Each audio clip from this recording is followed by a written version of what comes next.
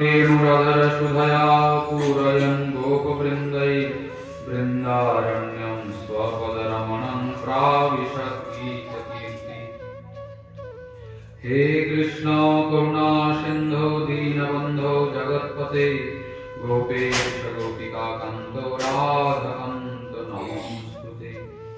तप्तकाञ्चन गौरङ्गी राधे वृन्दावनेश्वरी वृषभानुसुते देवी त्वां नमामि हरिप्रिये। वृन्दायै तुलसीदेव्यै प्रियायै केशवस्य च कृष्णभक्तिप्रदे देवी सत्यवत्यै नमो नमः। नमो धर्माय महते नमो कृष्णाय वेदसे ब्राह्मणेभ्यः नमस्कृत्यं धर्मान् वक्षे सनातनम्। नारायणं नमस्कृत्यं नरं चैव नरोत्तमं देवीं सरस्वतीं व्यासं ततो जयमुदीरये।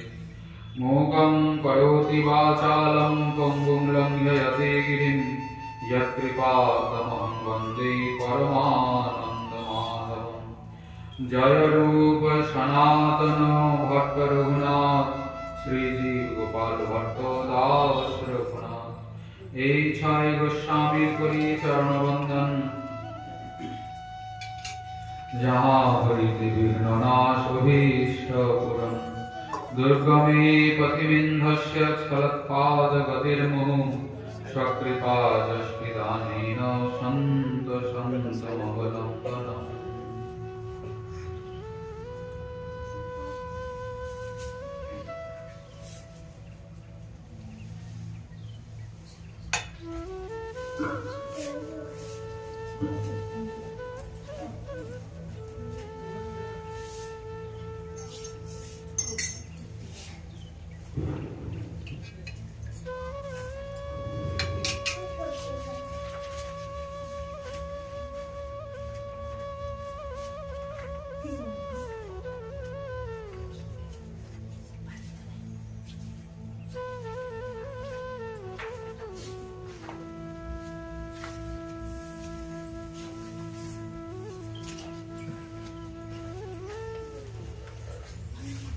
কলি পাবনাবতার পরম কারুণিক স্বয়ং ভগবান পরতত্ত্ব সীমা সর্বাদ্ভুত চমৎকার লীলা কল্লোল বারিধি সংকীর্তন পিতা রায়তন রেখাকৃতি নদিয়ানন্দ আনন্দ কন্দ সচিদুলাল গৌরহরির অত্যন্ত প্রিয়তম পার্শ্বদ বর্জ্য নিত্যানন্দ করুণাঘনমূর্তি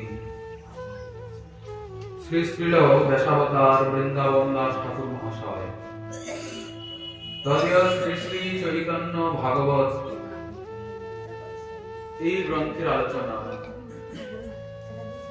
পূর্বদিন আমরা কিঞ্চিত করেছিলাম। এই গ্রন্থ আলোচনার ভূমিকা প্রসঙ্গে নিতাই গৌর সুন্দরের ভজন এই বিশেষ কলিতে কেন প্রয়োজন এই বিষয়ে কিঞ্চিত আলোচনা আমরা চেষ্টা করেছিলাম। কৃষ্ণ ভজন তো অনেকেই করছেন, জগতে ঘুরে দেখতে পাওয়া যাবে বহু কৃষ্ণ ভক্ত আছেন, কিন্তু মহাপ্রভুর ভক্ত কজন পাবেন? আপনারা বলবেন মহাপ্রভু আর কৃষ্ণ ভক্ত কি আবার আলাদা না? যারা কৃষ্ণ ভজন করে তারাই তো মহাপ্রভুরও ভজন করে। কি কৃষ্ণ ভক্ত নিতাই গৌর হরি বল বলে না? তাহলে আবার ভজন করলো না কোথায়?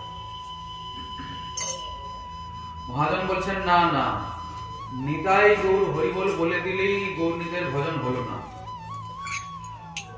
ভজন তো করবেন পরে, আগে বুঝুন তো নিতাই গৌরকে কেন এসেছেন, ওনার কি কৃপা। যদ্যপি সকলের ভাগ্যেও জোটে না নিতাই গৌরের কৃপা পাওয়ার, নিতাই গৌরকে বোঝার। কৃষ্ণ ভজন আমরা অনেকে করছি, কিন্তু করার মতো তো করছি না। কি কজন আছেন কৃষ্ণ ভজন করার মতো করছেন? বলে মশাই এইরকম জায়গায় আজকে প্রথম জীবনে এসে বসলাম, আবার আপনি কি কৃষ্ণ ভজন করার কথা বলেন? আমরা ভজন করি, তবে কৃষ্ণের নয়, সংসারী, ঠিক না? ভজন তো সবাই করছি কম বেশি, কিন্তু কৃষ্ণ ভজন করছি না, সংসারের ভজন করছি। কিন্তু ভজন তো আমরা কৃষ্ণের করতে এসেছি। কৃষ্ণ বুঝিবার করে সংসারে আই, সবাই জানে, সবার মুখস্থ আছে। প্রহ্লাদ মহাশয়কে পিতা হিরণ্যকশিপু জিজ্ঞাসা করছে, প্রহ্লাদ, এ তো পুরো অসুর, এখানে সবই তো অসুর, দৈত্য, তা এখানে কেউ তো তোমার হরে কৃষ্ণ বলে না, রাম কৃষ্ণ হরি কেউ তো বলে না, তোমাকে তো কেউ শেখায় না হরি ভক্তি, তাহলে তোমার এত হরিতে মতি কেন হচ্ছে? এই দেখুন, আপনাদের যদি শেখানো হয়, যদি ঠিক ঠিক শিখে যান, তাহলে হরিতে মতি হবে, তার ভজন করতে ইচ্ছা হবে। প্রহ্লাদকে কেউ শেখায় না, কেউ কোনো ভক্ত ওখানে নেই সাধু সঙ্গ করবে, কিন্তু প্রহ্লাদের কৃষ্ণে মতি উত্তর বর্ধিত হচ্ছে। এই প্রহ্লাদ, তোমার কৃষ্ণে মতি হচ্ছে কেন, আমাদের হচ্ছে না কেন? এর উত্তরে প্রহ্লাদ মহাশয় বলছেন, জানেন রহস্যটা কোথায়? মতির্ন কৃষ্ণে পরত শতবা মিতো বিপদ্যিত গৃহব্রতানাম অদান্ত গোভি বিশতাম তমিশ্রম পুনঃ পুনশ্চর্বিত চর্বনানাম। আচ্ছা, হরি ভক্তি তো এমনি এমনি হয় না, কিছু জিনিসের নিষ্ঠা চাই। যেমন ধরুন, যদি বলা যায় কিসে কিসে নিষ্ঠা,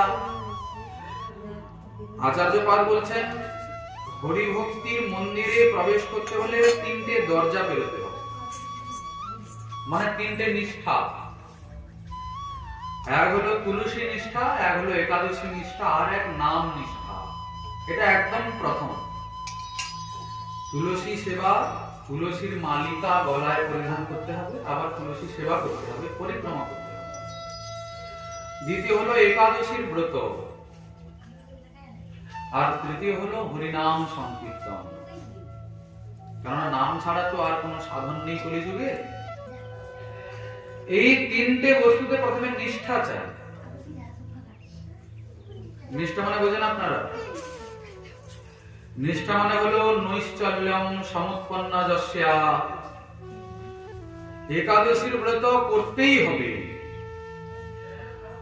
অনেকে বলে কি কি বড় বড় একাদশী, আপনারা এখানে বলেন নাকি বড় ছোট? বড় ছোট আপনারা একাদশী ব্রত করেন যারা যারা বসছেন? আর করেন না কেন? আমরা 24টা করি। আচ্ছা, আইয়া করে 24টা করে, বাকিরা করেন না, ঠিক আছে, উত্তম।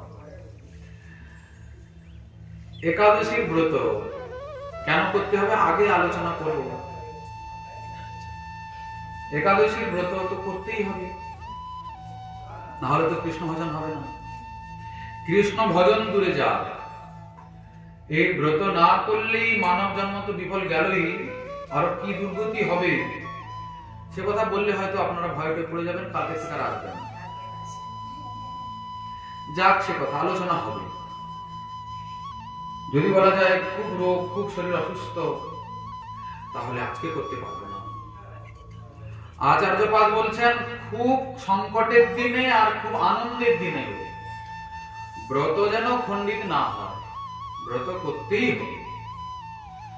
এই যে কোনো পরিস্থিতিতে ওই কার্যটা সম্পাদন করা, এর নামই হলো নিষ্ঠা।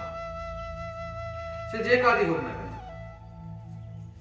2 বন্ধু ছিল, এক বন্ধু শিবের ভক্ত,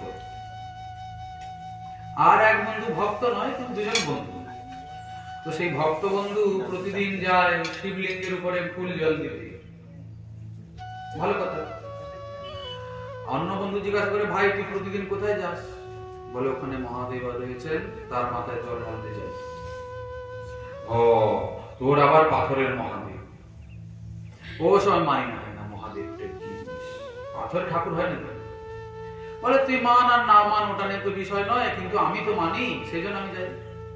বলে তুই মানিস তো আমি মানবো না। দেখ, তুই প্রতিদিন জল ঢালবি আর আমি প্রতিদিন পাথর মানবো।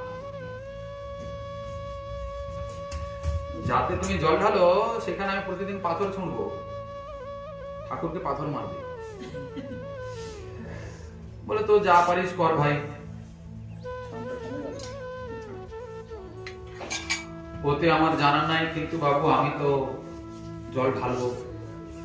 এও প্রতিদিন জল ঢালে আর সেও প্রতিদিন নিয়ম করে পাথর ছোঁড়ে, প্রতিদিন নিয়ম করে পাথর ছোঁড়ে। একদিন হয়েছে কি, ভয়ঙ্কর ঝড় বৃষ্টি হয়েছে, প্রচুর ঝড় তুফান হয়েছে একদম। যে জল ঢালে যে বন্ধু, সে ভাবছে হায় রে আজকে এত ঝড় বৃষ্টি, এত হাওয়া হচ্ছে, কোথায় গাছ টাছ ভেঙে আমার উপরে পড়ে যাবে, বাবা আজকে যাবো না। আর কিন্তু সে পাথর মারা বন্ধুটি কিন্তু সেদিনও গেছে পাথর মারতে। বলে যা হয় হবে, আমি তো পাথর ছুঁড়বই। এদিকে ঝড় তুফানে গোটা রাস্তা একদম গাছ টাছ ভেঙে পড়েছে, ভয়ঙ্কর বজ্রপাত হচ্ছে, দমকা বৃষ্টি। সেবাগুরাম গেছে পাথর নিয়ে, কেউ নেই কোথাও। আর যেমনি পাথর ছুঁড়েছে অমনি সাক্ষাৎ মহাদেব প্রকট হয়েছে। এখন সে তো ভয়ে থরথর করে কাঁপছে। ঠাকুর অপরাধ হয়ে গেছে, ক্ষমা করুন, আপনি যে সত্যি সত্যি আছেন আমি তো জানি না, পাথর ছুঁড়ে দিয়েছি, ক্ষমা করুন। বলে বেটা তুই আমার কাছ থেকে বর চা। বলে বর দিবেন? আমি আপনাকে পাথর ছুঁড়লাম, আপনি আমাকে দণ্ড দেবেন না? বলে দূর বোকা, দণ্ড কেন দেব? এত ঝড় বৃষ্টির সত্ত্বেও তুমি যে আমার এই সেবা করলে, তোমার যে এই নিষ্ঠা, ওটাতেই আমি বড় প্রসন্ন হয়ে গেছি। এই যে দেখুন, এটা হলো নিষ্ঠা, নিশ্চল মতি। যে কোনো পরিস্থিতিতে ওই নিয়মটাকে রক্ষা করা, তাকে বলে নিষ্ঠা। একাদশীর ব্রত করতে হবে, তুলসী সেবা করতে হবে এবং নাম গ্রহণ করতে হবে। হরি ভজন করতে হলে সর্বপ্রথম এই তিনটে রাস্তা। তা এটা হলো নিষ্ঠা। প্রহ্লাদ মহাশয় বলছেন, শুনো, আপনাদের মতি লাগছে না তার কারণ একটা, আপনারাও নিষ্ঠা করে বসে আছেন। আমার যেমন একটা নিষ্ঠা আছে, নিয়ম আছে, আপনাদেরও একটা নিষ্ঠা আছে, একটা ব্রত আছে। সেটা কি? বলছেন আপনারা গৃহরূপ ব্রত করে বসে আছেন। গৃহব্রত মানে বোঝেন? বোঝেন না? গৃহব্রত বোঝেন না? এই গৃহব্রত মানে এই যে আমাদের দেখলে বোঝা যায়, যা হবে হয়ে যাক, ঠান্ডা পড়েছে বাবা বাবা, এখানে বেশি ঠান্ডা যেখানে হরিকথা হচ্ছে, বাড়িতে কম ঠান্ডা। গতকালকে আমরা আলোচনা করেছিলাম না, ভালো করে মানে ব্ল্যাঙ্কেট ভালো করে চাপিয়ে দিয়ে গরম গরম চপ ভাজা করে আর মুড়ি খেয়ে শুয়ে পড়বো। ওখানে যাব না, যা হবে হয়ে যাক, দুনিয়া একদিকে হয়ে যাক, কিন্তু আমি হরিকথা শুনতে যাব না, ভাগবত পাঠের আশাতে যাব না। এই নিষ্ঠা। প্রহ্লাদ মহাশয় বলছেন, এই যে আপনারাও একটা ব্রত করে বসে আছেন। কি ব্রত? যে কৃষ্ণ ভজন করবো না, এই ব্রত, এই নিষ্ঠা। এই জন্য আপনাদের কৃষ্ণ মন্দির লাগে না। এই তো হচ্ছে সমস্যা। ওটা খালি হিরণ্যকশিপুর সমস্যা নয়, আমাদেরও সমস্যা। আচ্ছা, এখন হিরণ্যকশিপু কোথাও দেখতে পাওয়া যায়? সত্যযুগে এসেছিল, সত্যযুগে এসেছিল, সত্যযুগে দাপর করলি, আমরা তো কত যুগ পেরিয়ে গেছি, কোথায় আমরা আছি আর কোথায় হিরণ্যকশিপু? বলে না, কলিযুগে সব কশিপু আছে, রাবণও আছে, হিরণ্যকশিপু আছে, হিরণ্যাক্ষ আছে, কুম্ভকর্ণ আছে, কংস, সবই আছে। বলে কই দেখতে তো পাওয়া যায় না। ও কালে তো একটা একটা করে অসুর থাকতো, এ কালে সবার ভিতরে ভিতরে সব অসুর জমা হয়ে দেখবেন, সময় সময় হলে প্রকাশ পাবে। ঠিক না? রাবণের দোষটা কি? দুশ্চরিত্র ছিল। রাবণ সব গুণেই ভালো, চরিত্র খারাপ ছিল, এই জন্য তো পরের স্ত্রীকে উঠিয়ে নিয়ে এসেছে। ঠিক না? এই যুগে দেখা যায় কি জানে এরকম লোক? রাবণের অভাব আছে? রাবণের অভাব নেই। হিরণ্যকশিপু কি করছিল? কৃষ্ণ ভজন করতে বাধা দিচ্ছিল প্রহ্লাদকে, দেয়নি? প্রহ্লাদ তো কেবলমাত্র হরি ভজন করবে, অন্য কিছু তো না, টাকা পয়সা তো চায়নি হিরণ্যকশিপুর কাছ থেকে। কিন্তু হরিভজন করছিল বলে তাকে কত লাঞ্ছনা দিল হিরণ্যকশিপু। এখন দেখতে পাওয়া যায় না এরকম লোক, এরা হিরণ্যকশিপুর দলের লোক, এক একটা সাক্ষাৎ হিরণ্যকশিপু। হ্যাঁ, যা পাবে করো বাবা, মদ খাও, গাঁজা খাও, যা পারো করো, হরিভজন কৃষ্ণ ভজন করা যাবে না। কালী পুজো করো, মা শীতলা করো, গোটা গায়ে সিঁদুর মেখে নাও, কোনো অসুবিধা নেই। ছাগল মুরগি যা আছে সব বলি দিয়ে দাও, রক্ত মেখে নাও, রক্ত খেয়ে নাও, কোনো অসুবিধা নেই। কিন্তু চন্দন গায়ে মাখলে তো সমস্যা। তুলসীর গোড়ায় জল ঢাললে তো বাবা আমার ছেলেটা বৈরাগ্য হয়ে গেল রে ভাই, হয় কি হয় না? তাহলে হিরণ্যকশিপুর অভাব আছে? আপনারা কষ্ট পাবেন না, আপনাদের বলা হচ্ছে না, আপনারা তো ভক্ত মানুষ এসছেন। হিরণ্যকশিপু খুব আছে বলা হচ্ছে, রাবণ খুব আছে বলা হচ্ছে।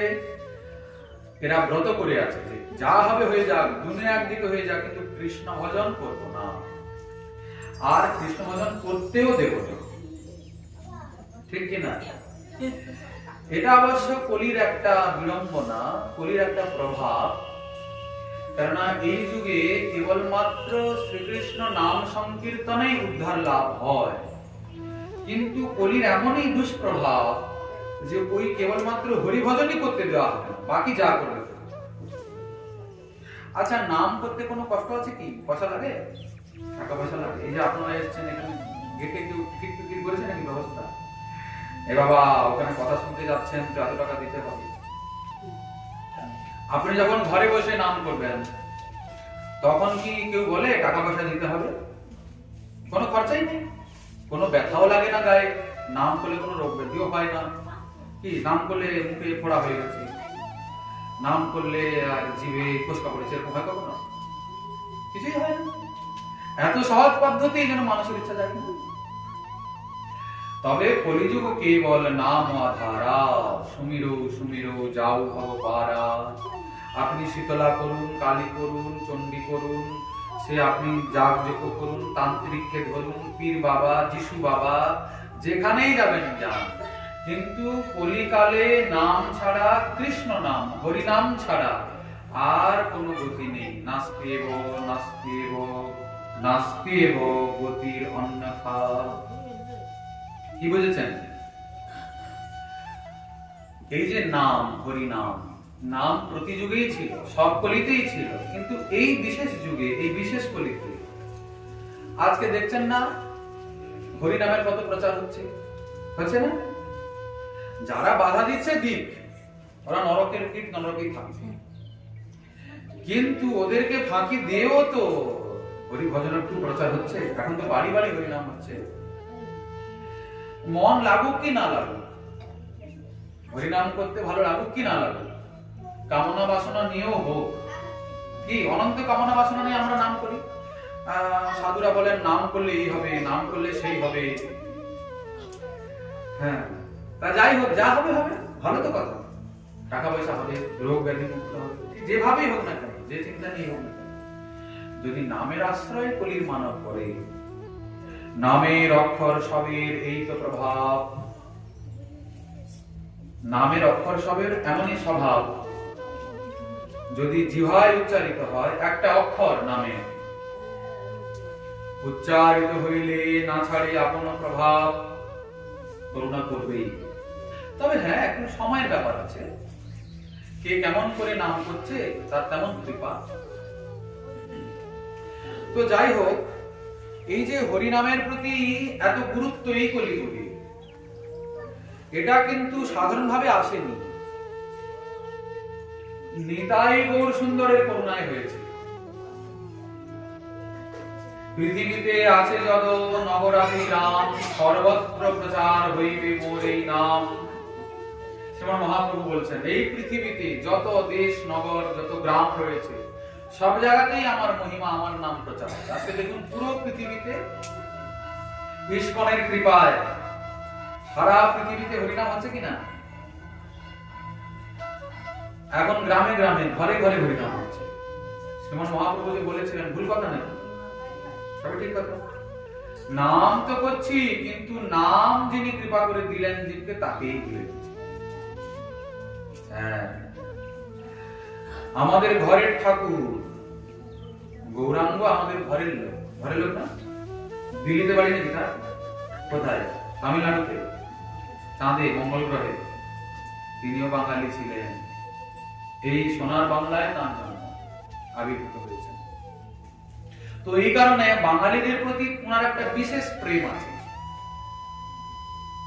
এটা একটা স্বাভাবিক ব্যাপার। আচ্ছা, আপনি না হয় সন্ন্যাসী বলেন, মাতৃভূমির প্রতি একটা টান থাকে কিনা?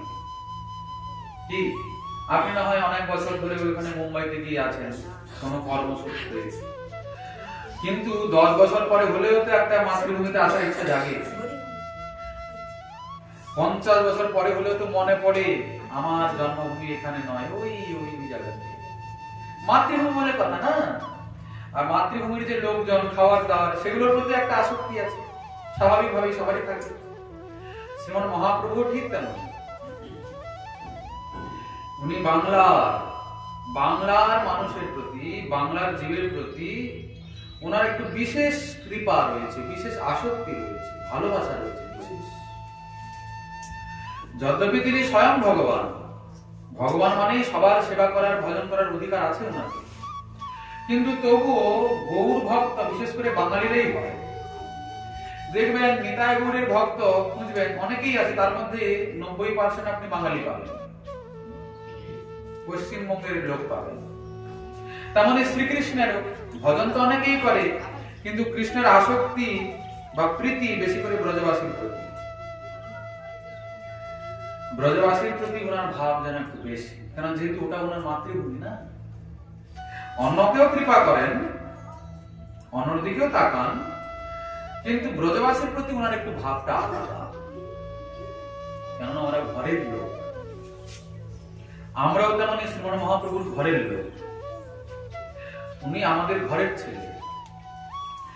আমরা সারা দুনিয়া দৌড়ে চলে আসছি, রাম নৃসিংহ বরাহ বামন পূর্ণ, কিন্তু আমাদের ঘরের লোককে আমরা চিনি না। ঘরের লোককে ভজন করার আমাদের সময় নেই। হরে কৃষ্ণ কৃষ্ণ কৃষ্ণ হরে হরে, হরে রাম রাম রাম হরে হরে। এনারা উঠে পালাচ্ছেন কেন এভাবে? আবার আসবেন নাকি? এই তো ভারী মুশকিল কথা বল। এভাবে যাওয়া আসা করলে তো কথার মধ্যে তো বড় গন্ডগোল হয়ে যাবে।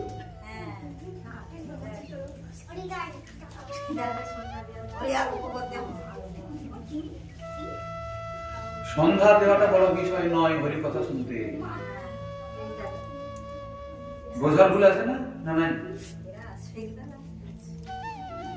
আসুক না আসুক সেটা বড় বিষয় নয়, কিন্তু এসে যদি সবাই শৃঙ্খল হয়ে গেল তাহলে লাভ কি হলো? আমার বসবো না, শুনবো না, ইচ্ছা নেই, ঠিক আছে আসতে হবে না, কিন্তু এসে পড়ে আর পুরো সভাটাকে নষ্ট করে চলে গেলে লাভ কি হলো? এই যে উঠে যাওয়া আসা, এতে একটা কথার মধ্যে ব্যাঘাত সৃষ্টি হচ্ছে কিনা, সবার দৃষ্টি আকর্ষণ হচ্ছে কিনা ওই দিকে, হচ্ছে তো? আমরা তো গতকালকেও বলেছি, হরি কোথায় না হরি কথায়। আপনি এখানে কোনো খারাপ কাজ করতে আসেননি, তাস খেলতে আসেননি যে ঘরে সন্ধ্যা না দিয়ে অমঙ্গল হবে। কিছুই অমঙ্গল হবে না, বরং মঙ্গলই হবে, কারণ আপনি হরি কথার আশ্রয়ে আছেন। সমস্যা কিছু নাই, চিন্তা করার দরকার নেই। এই যে বোঝার ভুল থাকার জন্য বয়স তো গড়িয়ে গেল শেষের দিকে, আজ পর্যন্ত কোনোদিন সাধু সঙ্গত গেলাম না, নাম কীর্তন শুনলাম না। ভক্তরা আসেন, নাম কীর্তন করেন, বলেন বাবা আসো হরিনাম করো, ওখানে তো যাওয়ার ইচ্ছা হলো না। মাঠে কাজ, অমুক তমুক দুনিয়া ভরের সব অজুহাত দেখাবে, আর দিয়ে হরি কথা শুনবে না, সাধু সঙ্গ করবে না, দেখাবে সব সমস্যা সৃষ্টি। কি বুঝেছেন? এই আমাদের শ্রীবাস পণ্ডিতের নাম জানেন আপনারা? শুনেছেন শ্রীবাস পণ্ডিত? শ্রীবাস পণ্ডিতের যখন 17 বছর বয়স, তখন একদিন রাত্রে একটা ব্রাহ্মণ ওনাকে এসে স্বপ্নে বলছেন, ওরে শ্রীবাস, তোমার আজকে 17 বছর বয়স হয়ে গেল, তুমি ব্রাহ্মণ কুলে উৎপন্ন হয়েছ, কিন্তু তুমি আজ পর্যন্ত ব্রাহ্মণোচিত কোনো কর্ম করলে না। তুমি কেবলমাত্র পাণ্ডিত্য, যুক্তি এইসব নিয়েই জীবনটা কাটিয়ে দিলে। শ্রীবাস পণ্ডিত প্রথমে কিন্তু ভক্ত ছিলেন না, যুক্তিবাদী ছিলেন। বৈষ্ণব দেখলেই তর্ক করতেন, যুক্তি খুঁজতেন। এই যে আপনারা যে তিলকটা মাথায় নিয়েছেন, কিসের জন্য নিয়েছেন? এমন করে এদিক ওদিক ঘুরিয়ে ফিরিয়ে বলবে বেচারা বৈষ্ণব যে ছিল সে তিলক নেই বন্ধ করবে। যুক্তি, যুক্তিবাদ এই বড় ভয়ঙ্কর জিনিস। হরিভজনেও কৃষ্ণ ভজনেও সিদ্ধান্তেও যুক্তি আছে, বহু যুক্তি আছে, কিন্তু ওই সব যুক্তিগুলো কৃষ্ণ বহির্মুখ। তো যাই হোক, এখন ব্রাহ্মণ বলছেন যে তুমি তো 17 বছর কাটিয়ে দিলে, আজ পর্যন্ত গায়ত্রী মন্ত্রটাও জপ করলে না। তুমি কি জানো যে আজকে রাত পোহালেই তোমার মৃত্যু হবে?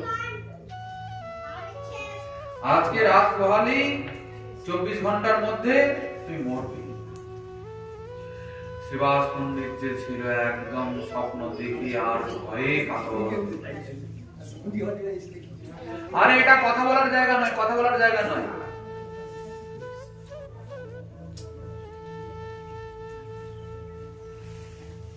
এত কথা বলা হচ্ছে তবু আপনাদের কোনো চেদ নেই না।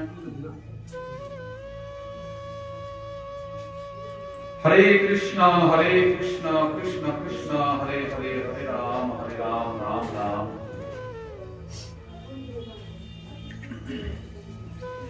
এখন বেচারা তো ঘুম ভেঙে গেছে, আমি কালকে মরবো, যখন ইচ্ছা খুশি মরতে পারি, এই কথা যদি কেউ জেনে যায় তাহলে সে শান্তিতে থাকবে? খেতে ভালো লাগবে? ঘুম ধরবে? তখন সার সব বলে পালিয়েছে। শ্রীবাস পণ্ডিত চিন্তায় আছে, হায় হায়, তাই তো 17টা বছর জীবনের চলে গেল, কিছুই করলাম না, কি করা যাবে এখন? আর তো সব শেষ, কখন যে মরে যাব। হোক, ঠিক আছে, একটা কাজ করি, মরে তো যাবো, একটু গঙ্গা স্নান করে আসি। যাচ্ছে, মনে করছে যেতে যেতেই হয়তো মরে।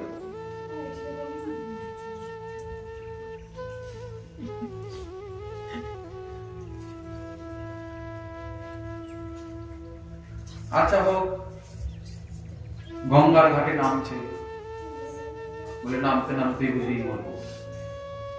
নেমে গেল, ডুব তো দেবে, বলছে, ভাবছে যে ডুব দিলেই বোধহয় আর উঠবো না। মৃত্যুর ভয় এসে গেছে না, সে তো ভালো, শ্রীবাসের মৃত্যুর ভয় এসেছে, আমরা তো একবারে অমর হয়ে এসেছি, ঠিক কিনা বলুন? হ্যাঁ, আপনারা জানেন না বলে বলছেন, কলিযুগের মানুষ সব অমর, ও মরবে না। এই জন্য তো সারা দুনিয়ার লোকে মারে, মুরগি ছাগল যা পায় সামনে কেননা সে মরবে না কোনোদিন। যদি এই চিন্তায় কেউ আছেন তাহলে ভ্রান্ত। বা সমস্যাটা কোথায়? মৃত্যু যে হবে ওটা ভুলে গেছি, ওটা সমস্যা, ঠিক না? মরবো যেটা ভুলে গেছি না, আমাদের দেখলে বোঝা যায় যে মরবো, এই চিন্তায় আছে। শ্রীবাস পণ্ডিত বুঝে গেছেন যে আমি আজকে মরে যাবো, এই জন্য তার প্রতিটা পদক্ষেপ মৃত্যুর যন্ত্রণায় কাতর হচ্ছে। আমাদের দেখুন কত নিশ্চিন্তে আছি, আমরা দিন রাত খাচ্ছি যাচ্ছি, আনন্দে আছি, হরি কথার আসরে এসেও খলবল মচাচ্ছি, ঠিক কিনা? হ্যাঁ, যদি এটা মনে থাকতো না, আরে ভাই মরবো মরবো মরবো, যখন তখন মরে যেতে পারি, কোনো গ্যারান্টি নেই, এই আছে এই নাই, বাবা সাবধান, মরে তো যাবো, তার আগে কিছু করে যাই। কি বলে? অনেক কিছুই করছি, আপনি কি জানেন? এই ঘরটাকে কে বানিয়েছে? আমরা তো বানিয়েছি। মরে যাওয়ার আগে ঘরটা বানিয়েছিলাম, মরে যাওয়ার আগে 2 বিঘে জমি কিনেছি, আপনি কি জানেন, কি মনে করেন? অনেক কিছুই করেছি জীবনে, মরে তো যাবোই, কিন্তু এসব বানিয়ে কোনো লাভ নেই। লাভ আছে মনে হয় আপনাদের? আরে যেটা আপনার ইহকাল আর পরকালে আপনার সঙ্গে থাকবে, আপনার কল্যাণ হবে, সেটা কিছু আপনার কিছু চিন্তা করুন। তা যাই হোক, শ্রীবাস পণ্ডিত এখন ভয়ে কাতর, যাক যুগ দিয়ে উঠেও পড়লো, কিন্তু মরলো না। বলে যাক তাহলে মরলাম না, যাই এবার উঠে পড়ি, একটু গায়ত্রীটা জপ করবো। আবার যাচ্ছে, ভাবছে যেতে যেতেই বোধহয় আমার মরবো। যেতে যেতে হঠাৎ ওখানে দেখছে কি দেবানন্দ পণ্ডিত নবদ্বীপে তৎকালীন সময়, উনি ভাগবতের আচার্য ছিলেন, ভাগবত পড়াতেন। তখনকার দিনে তো ইতিহাস ভূগোল পড়া নেই, তখনকার দিনে শাস্ত্রের পড়া, ন্যায় সাংখ্য মীমাংসা বেদ উপনিষদ পুরাণ এইসবের পড়াশোনা তখনকার দিনে, সংস্কৃত সংস্কৃত তো শিখতেই হবে, না হলে শাস্ত্র কি করে পড়বে? সেই সবের পড়াশোনা, সেই সবের মাস্টার, সেই সবের আচার্য, সেই সবের শিষ্য ভাগবত পড়াচ্ছেন দেবানন্দ পণ্ডিত ছাত্রদেরকে। উনি ভাবলেন যে এখানে ভাগবত পড়াশোনা হচ্ছে, একটু গিয়ে শুনি কি পাঠ হচ্ছে। পণ্ডিত মশাই বলছেন, এই যে শ্রীবাস, তুমি তো ভারী মুশকিল করলে, দেখছো বাচ্চারা পড়ছে, তুমি এখানে এসে গেলে কেন? এখন তোমাকে দেখলেই ছেলেরা বিচলিত হবে, যাও পালো এখান থেকে। বলে, ভাই দেখো, তুমি কিছু মনে করো না, আমাকে একটুখানি বসতে দাও, ব্যাস আমি একটু শুনবো, আমি কোনো তোমার ছেলেদের ডিস্টার্ব করবো না, একটু খালি বসতে দাও। তখন দেবানন্দ করে বললেন, আচ্ছা ঠিক আছে, চুপচাপ একটু বসো, কোনো চিন্তা চেঁচামেচি করবে না, কিন্তু এদিক ওদিক হবে না। ভালো কথা। সেদিন পড়ানো হচ্ছিল ভাগবতের বেণুগীতির একটা শ্লোক, দশম স্কন্ধে। বরাহা পীড়ম নটবর বপু কর্ণয় কর্ণিকারম বিভ্রত বাসম কনক কপিশম বৈজয়ন্তীম চ মালম রন্ধ্রান বেণুরধর সুধয়া পুরয়ন গোপবৃন্दैर् বৃন্দারণ্যম স্বপদরমণম প্রাবিশত গীত কীর্তি। এই শ্লোকের আলোচনা বলেছে, কৃষ্ণের রূপের বর্ণনা। গোচারণে যাচ্ছেন কেমন সেজে বুঝে। দেবানন্দ পণ্ডিত পড়াচ্ছেন, শ্রীবাস শুনলো। হঠাৎ হয়েছে কিনা কেউ যেন ধাক্কা মারলো শ্রীবাস, আর দুম করে একদম ঘুরিয়ে ঘুরিয়ে পড়েছে। পড়ে গিয়েই আর চেতনা হারিয়ে গেছে, একদম অচেতন। সবাই ছুটে গেল। ওই বলছিলাম না শ্রীবাস কোনো গন্ডগোল পাবে, দেখেছো? সেই গন্ডগোল করলো না, সবাই পড়ে গেছে। কি হলো, কি হলো, জল নিয়ে আসো, জলটা সেটা দেওয়া হলো। তো শ্রীবাস তো চোখ খুলছে না, একটু একটু চেতনাটা ফিরছে। সে আদো আদো দৃষ্টিতে দেখছে, ভয়ঙ্কর ভয়ঙ্কর দেখতে কয়েকটা লোক তাকে তর্জন গর্জন করছে। এই শ্রীবাস, তুই আজকে বেঁচে গেলি, আমরা এসেছিলাম তোকে নিয়ে যেতে। শ্রীবাস তো পুরো শ্রীমত চেতনা ফিরেনি না, আদো আদো দৃষ্টিতে অর্ধ চেতনায় দেখছে আর বুঝছে কথাগুলো। তুই আজকে বেঁচে গেলি, যদি তুই এখনই ভাগবতের আশ্রয় না নিতিস, তাহলে কিন্তু আমরা তোকে এই সময় নিয়েই যেতাম। আসলে শ্রীবাস তো ভাগবতের আশ্রয় নেয়নি, এখন ভাবছে যে বাবা এখন মরে যখন যাবো একটু বসি শুনি, এই উদ্দেশ্যে বসেছে। সেই সময় মৃত্যু এসেছে তাকে নিয়ে যেতে। যেহেতু ভাগবতের আশ্রয় ছিল, এই জন্য নিয়ে যেতে পারলো না। বলে, তুই তো যুক্তিবাদী না, তুই তো বিশ্বাস করিস না চোখে না দেখলে। আমরা যে এসেছিলাম তুমি বিশ্বাস করতে না, যেন ধাক্কা দিয়ে বুঝিয়ে দিয়ে গেলাম যে আমরা এসেছিলাম। বেঁচে গেলে কেন? ভাগবতের আশ্রয় নিয়েছিলেন। কি বুঝলেন আপনারা? তাহলে আপনারা সোনাটাকে বেশি গুরুত্ব দেবেন না সন্ধ্যা দেওয়াটাকে বেশি গুরুত্ব দেবেন? বলে, তাহলে আমরা শুনতে শুনতে মরে যাবো না নাকি? বলে, হ্যাঁ মরতে পারে, মরতে পারে, এতে কোনো সন্দেহ নেই। কিন্তু এই এই এই আসনে বসে মরা, এর অন্যত্র গিয়ে মরার মধ্যে বহু পার্থক্য আছে। বুঝতে পারলেন না? আপনি বর্তমানে যে জায়গায় আছেন, এই জায়গায় থেকে মৃত্যু আর রাস্তাঘাটে ঘরে ঘরের ভিতরে ওসব জায়গায় মরার মধ্যে বহু পার্থক্য আছে। আপনি সারা জীবন কি কর্ম করেছেন ওটা পুরো বাদ চলে যাবে। আপনি শেষের সময়, মৃত্যুর সময় কি করলেন সেটাই ধরা হবে। সারা জীবনের সব কর্মফল পাপ পূর্ণ মাইনাস হয়ে যাবে সঙ্গে সঙ্গে, একবারে পরম গতি। কেন? হরি কথা শ্রবণ করতে করতে শেষ নিঃশ্বাস ত্যাগ করেছে।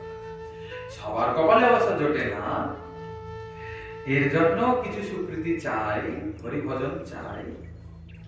কি বুঝেছেন? এই এক জায়গায় না একটা কমিটিতে ভাগবত পাঠ করে, তো ইয়ে করে না, এসে কাগজে ছাপিয়ে দিয়ে বিলি করে দেয়, এদিক ওদিক করে। অনেক সময় রাস্তায় রাস্তায় ছাপিয়ে দিয়ে যায়, অমুক জায়গায় পাঠ দিয়ে। তো বাসে টাসে বাসের দেওয়ালে মারিয়ে দিয়েছে ওই কাগজটা। বাস তো অনেক দূর দূর যায়, তাদের উদ্দেশ্য করে দূর দূর লোক আসবে, দূর দূর থেকে। তো একজন ভক্ত লোক, খুব ভক্ত, তার ভাগবত কথা শোনার বড় আগ্রহ, কিন্তু সে সহসা সাধু সঙ্গ পায় না। তো একদিন বাজার করতে গেছে, হঠাৎ সেই বাস সেখানে সে দাঁড়িয়েছে। সে বাসে লেখা আছে এই হরি কথা হবে অমুক জায়গায়। সে করেছে কি, ভাই বাজার করবো পরে, এই তো বোঝা যাচ্ছে কাল এই আজকেই সন্ধ্যায় ভাগবত পাঠ, বাসেই বরং চলে যায়। কথা শোনার আগ্রহ তো, বাসটা যেখান থেকে এসছে সেখানে চলে যাবে।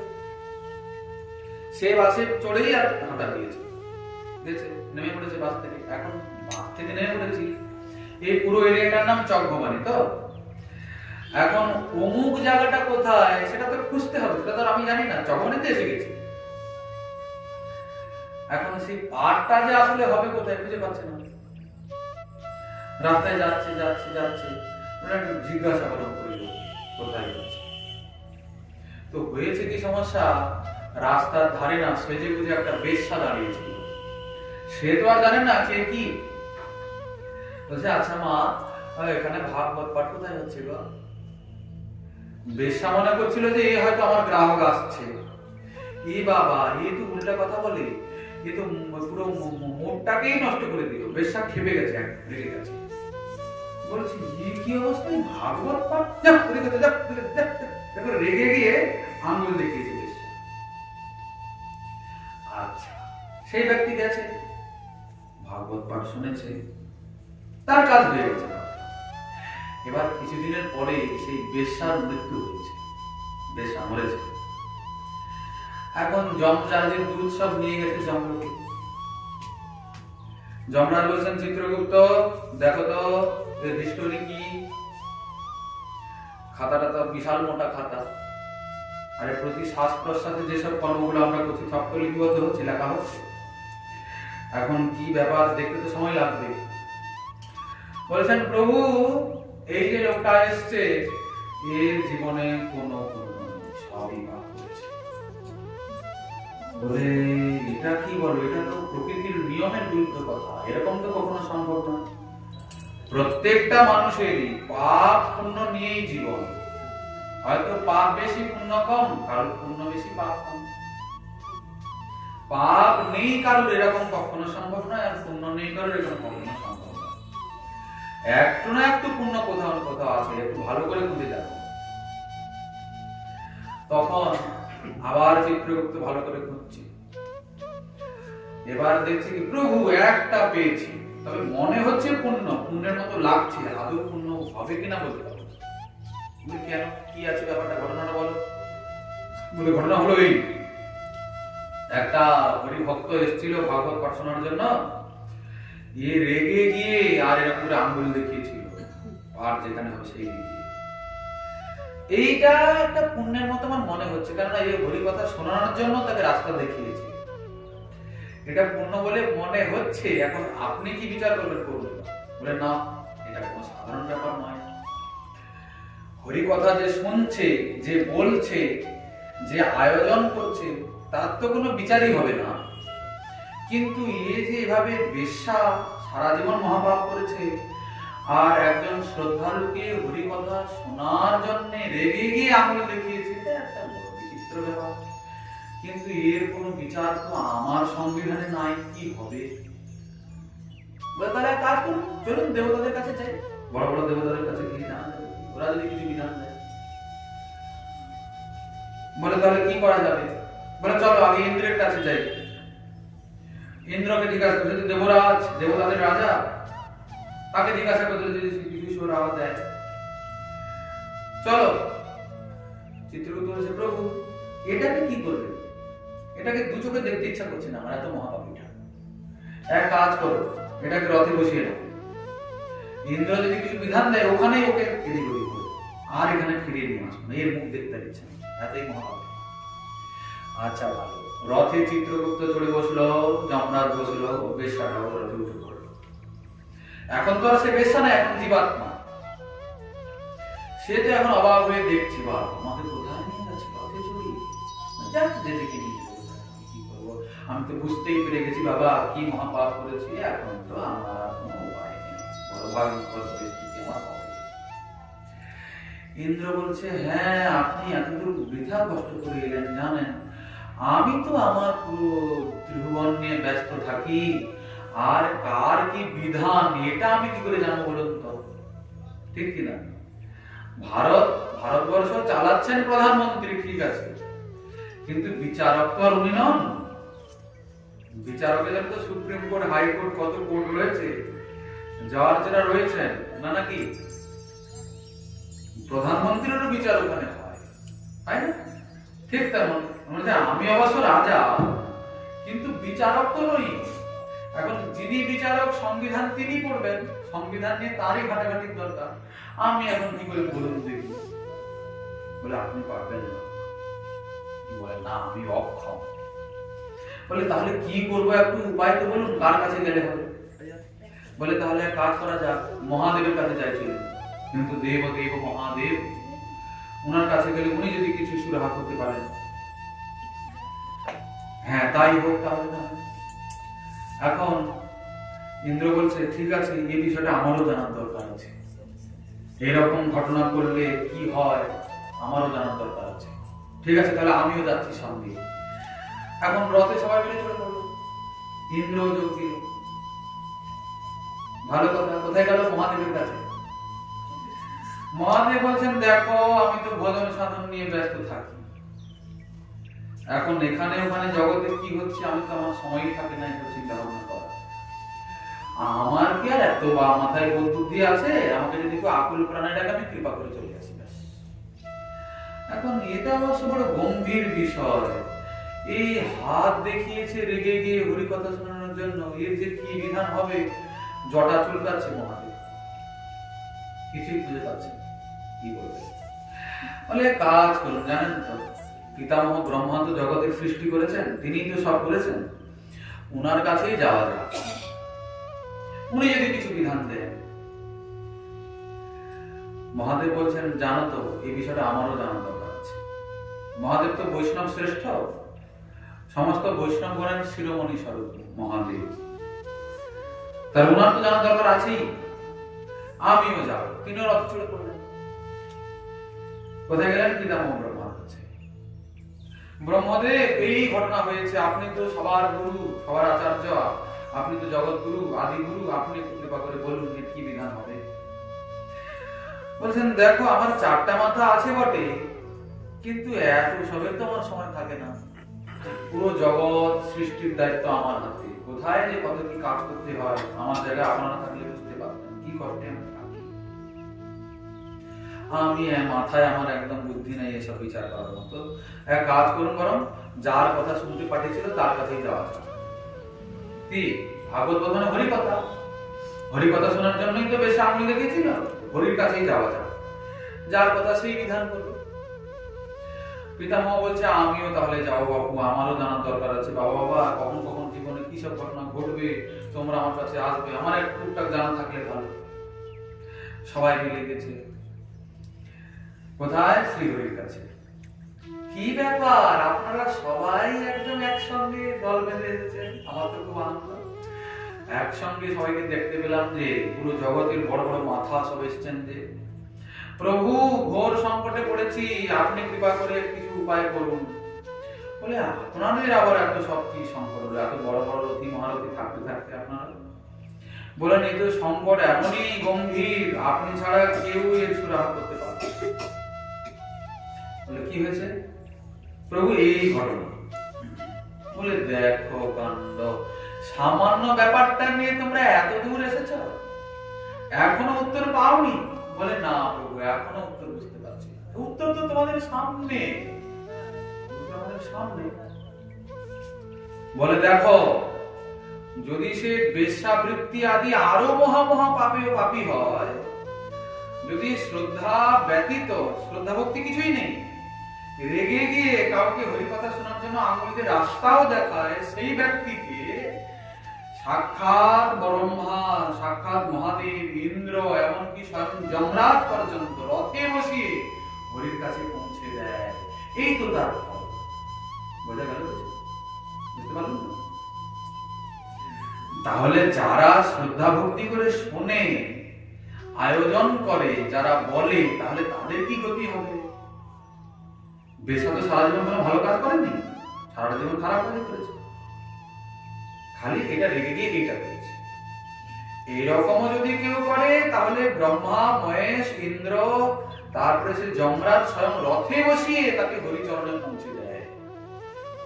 তাহলে যারা শ্রদ্ধা ভক্তি সহিত করছে তাদের কি হবে? এই জন্যে হরি কথা শুনতে হবে। কি বুঝি না বুঝি, কি উপলব্ধি হলো না হলো, ও সব বিষয়ে মাথা কাটানোর দরকার। শুনলেই যে সব উপলব্ধি হয়ে যাবে ওটা তো নয়। তারপরে দ্বিতীয় কথা, আপনাদেরও কি আমাদের মতো বলতে হবে না? কেউ কেউ দোহাই দিয়েছে? এখানে যারা যারা বলছে সবাইকেই বলতে হবে, এরকম কোনো ব্যাপার আছে কি? কোনো ব্যাপার নেই। শুনুন, যদি নাহি বুঝে কেহ, শুনিতে শুনিতে সেহ কি অদ্ভুত চৈতন্য চরিত। না বুঝতে পারলেও শুনতে শুনতে শুনতে শুনতে আস্তে আস্তে একদিন বোঝা যাবে। কি সবাই সব বুঝতে পারবে কি? সবার মধ্যে সমান বুদ্ধি আছে? এবার কথা হচ্ছে কি শ্রোতা আর বক্তার মধ্যে একটা সম্বন্ধ থাকে।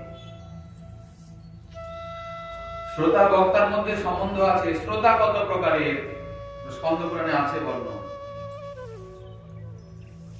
যদি শ্রোতা বিচলিত হয়ে যায় তাহলে কথার ধারাবাহিকতা নষ্ট হয়ে যাবে। তাহলে বুঝতে এক বোঝার কথা বুঝে নেব আলাদা। কি বুঝতে ভুল হয়ে গেলে কিন্তু সব বন্ধ হয়ে যাবে। আমরা বললাম যে একাদশী ব্রত করতে হবে, আপনি হয়তো কি উল্টাপাল্টা শুনে নিয়েছেন, চিৎকার চেঁচামেচি। আপনি শুনলেন যে না কোনো প্রকারে একাদশী ব্রত করতে হবে, এটা আপনি শুনে নিয়েছেন, তাহলে গন্ডগোল হবে না? শাস্ত্রে আছে 8 বছর বয়স থেকে 80 বছর বয়স পর্যন্ত একাদশী ব্রত করতেই হবে। 8 বছর বয়স থেকে 80 বছর বয়স পর্যন্ত কি নারী কি পুরুষ কি যা কোনো রকমের কোনো ভেদ নেই, করতেই হবে। অন্যথা পরম দুর্গতি। এবার কে 4টা করেন, কে করেনি না। আবার অনেক রকমের বলে বিধবা লোক করতে পারে না, কোথায় বলে বিধবারাই করতে পারে, কোথায় বলে স্বামী স্ত্রী না করলে করা যায় না। কত রকম যে লোকে বলে রে বাবা। কি বলে কেন লোকে? ওইরকম কোন বিধান শাস্ত্রে না। স্বামী স্ত্রী কোনো মতলব না। স্বামী করবে তার কর্মফলে সে ভোগ করবে, স্ত্রী করবে তার নিজের কর্মফলে সে ভোগ করবে। লোকে বলে কি ওই যে স্বামী স্ত্রীর 7 জন্মের সম্বন্ধ বলে না লোকে, 7 জন্ম। 7 জন্মের আগে কি ছিল? সেটাই বুঝি লাস্ট জন্ম। এরপরে আবার আলাদা আলাদা হয়ে গেছে। কে বলুন তো 7 জন্ম তো সম্বন্ধ, তো এটা কত নম্বর জন্ম চলছে আপনাদের? তাহলে জানেন 7 জন্ম এটা জানেন? এসব ভ্রান্ত ধারণা। 7 জন্মের সম্বন্ধ, 5 জন্মের সম্বন্ধ, এগুলো সব ভ্রান্ত ধারণা। কার কত জন্মের সম্বন্ধ অত সব জেনে মাথা পেটে লাভ নেই। এখন মনুষ্য শরীর গোবিন্দ আপনাকে দিয়েছেন, ওই শরীর দিয়ে যেটা করার কর্তব্য সেটা করার চেষ্টা করুন, ব্যাস। কার কি জন্ম, আমার স্বামী কোথা থেকে এলো, কি হলো, আগে কুকুর ছিল না বিড়াল ছিল, আমি আগে শিয়াল ছিলাম না কি ছিলাম, অত সব জানা বোঝার দরকার নেই। এখন যে শরীর পেয়েছি সেই শরীরে যেটা কর্তব্য সেটা নিষ্ঠার সহিত করার দরকার। কি সেটা? কৃষ্ণ বুঝিবার তরে সংসারে আইন। কৃষ্ণ ভজন করার জন্য এসেছি। তো যাই হোক, প্রসঙ্গক্রমে অনেক কথাই বললাম, আপনারা কিছু মনে করবেন না। খারাপ লাগতে পারে, অনেক সময় হয় না, মানে কি সত্য কথা শুনতে খারাপ লাগে না? শুনতে খারাপ কি খারাপ লাগে? আমার তো খুব খারাপ লাগে। সত্য কথা মানে কি, ধরুন আমি একটা খারাপ কাজ করেছি, যদি আমার সামনে বলে তুমি অমুকটা করে দিয়েছো, তাহলে হঠাৎ করে খারাপ লেগেই যায়, হয় না সময়? সেরকম বলবে না তুমি এমন কিছু করোনি, যা হয়েছে সেটা আলাদা জিনিস, তাহলে আমার খুব আনন্দ। যাই হোক, লোকটা তো আমার মুখে গালি দিল না, এইরকম। অনেক দিন হাতে ঘা লাগতে পারে, এখানে কষ্ট লাগতে পারে, এই জায়গায় একাদশী ব্রত করলাম এত কথা শোনালো, একটু কথা বলেছিলাম বলে এত কথা বললো। আমাদের বাবু আপনাদের সঙ্গে শত্রুতা নেই, আছে নাকি? আপনারা আমার শত্রু? আপনারা আমার পাকা ধানে মই দেননি, আমিও আপনাদের পাকা ধানে মই দিই। আপনারাও আমার ঘরে আগুন লাগাননি, আমিও আপনাদের ঘরে আগুন লাগাই, তাহলে শত্রুতা কোথায়? আপনাদের অমঙ্গল হোক, আপনাদের খারাপ হোক, ওটা আমরা চাইবো না। আর এটা তো অমঙ্গল চাওয়ার জায়গা নয়। এটা তো মঙ্গল হওয়ার জন্য রাস্তা তৈরি করা, কি এখানে তো মঙ্গল কি করে হবে, তার রাস্তা প্রশস্ত হবে। তো যাই হোক, এখন আমরা চৈতন্য ভাগবতে একটু প্রবেশ করি। শ্রীমদ্ ভাগবতে যেরকম অনেক ভক্ত চরিত্র রয়েছে, এই চৈতন্য ভাগবতে ভক্ত চরিত্র রয়েছে। আমরা আমাদের হাতে আর যে কদিন বাকি আছে সে কদিন নামাচার্য শ্রী শ্রী হরিদাস ঠাকুরের কিঞ্চিত জীবনে আলোচনা করব। কেননা ভক্ত চরিত্র শ্রবণ না করলে ভক্তি তত্ত্বকে উপলব্ধি করা যাবে না, বুঝেছেন তো? ভক্তি কি জিনিস, ভগবানের কৃপা কি জিনিস, ওটাকে বুঝলে তো তবে কি ভক্তি করতে ইচ্ছা জাগবে নাকি? ভগবান যে কত করুণাময়, তিনি যে কতটা ভক্ত বৎসল, ওই করুণার দৃষ্টান্ত কিছু উদাহরণ যদি পাই তবে তো একটা বুঝবে যে হ্যাঁ এরকম ভগবান কৃপা করেন। ভগবানের খেলা কার সঙ্গে বলে কেবলমাত্র ভক্তের সঙ্গে, ভক্ত ছাড়া ওনার আর কেউ নেই, আর ভক্তেরও ভগবান ছাড়া কেউ নেই। এখন ভগবানের জন্য যদি কেউ কিছু করে, ভগবান তাকে কিরকম কৃপা করে সেটা তো বুঝতে হবে। তুলসী জলমাত্রেণ জলস্য চুলকেন বা বিক্রীণীতি সমাত্মানং ভক্তেভ্যো ভক্তবৎসল। যদি কেউ একটা তুলসী পত্র আর এক বন্ধুর জল গোবিন্দের চরণে দেন, তৎক্ষণাৎ শ্রী গোবিন্দ বলেন যে আমি এই ভক্তের অধীন হয়ে গেলাম। একটা তুলসীর পত্র আর এক বন্ধুর জল যদি কেউ ভক্তি করে তার চরণ দেয়, নিজেকে পর্যন্ত সেই ভক্তের কাছে বিক্রি করে দেন। বিক্রীণীতে সমাত্মানং ভক্তেভ্যো ভক্তবৎসল। আচ্ছা, ওই ভক্ত ভগবানকে নিয়ে কি করবে বলে, সেই ভক্ত ভগবানকে আবার অন্যজনের কাছে বিক্রি করেছে। এই যে আছে না যে কৃষ্ণ সে তোমার, কৃষ্ণ দিতে পারো, তোমার শক্তি আছে। ভগবানকে কে দেবে? ভক্তই তো দেবে।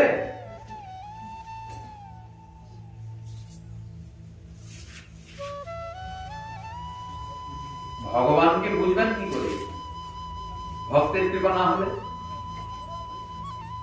ভক্ত যদি কৃপা না করে, ভক্ত সঙ্গ যদি না হয়, তাহলে ভক্তি ভগবান বুঝতে পারা যাবে কি ঘরে বসে একা একা? ভক্ত সঙ্গ হলে তখন গিয়ে ভগবানের সম্বন্ধে জানতে পারবেন, ওনার কৃপার সম্পর্কে জানতে পারবেন না।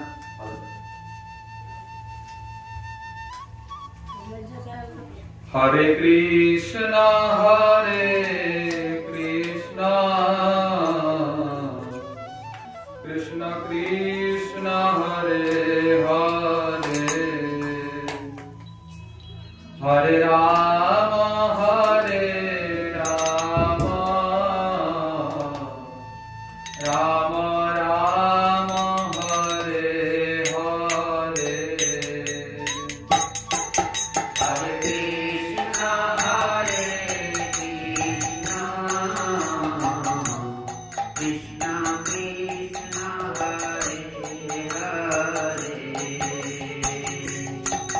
হরে রাম হরে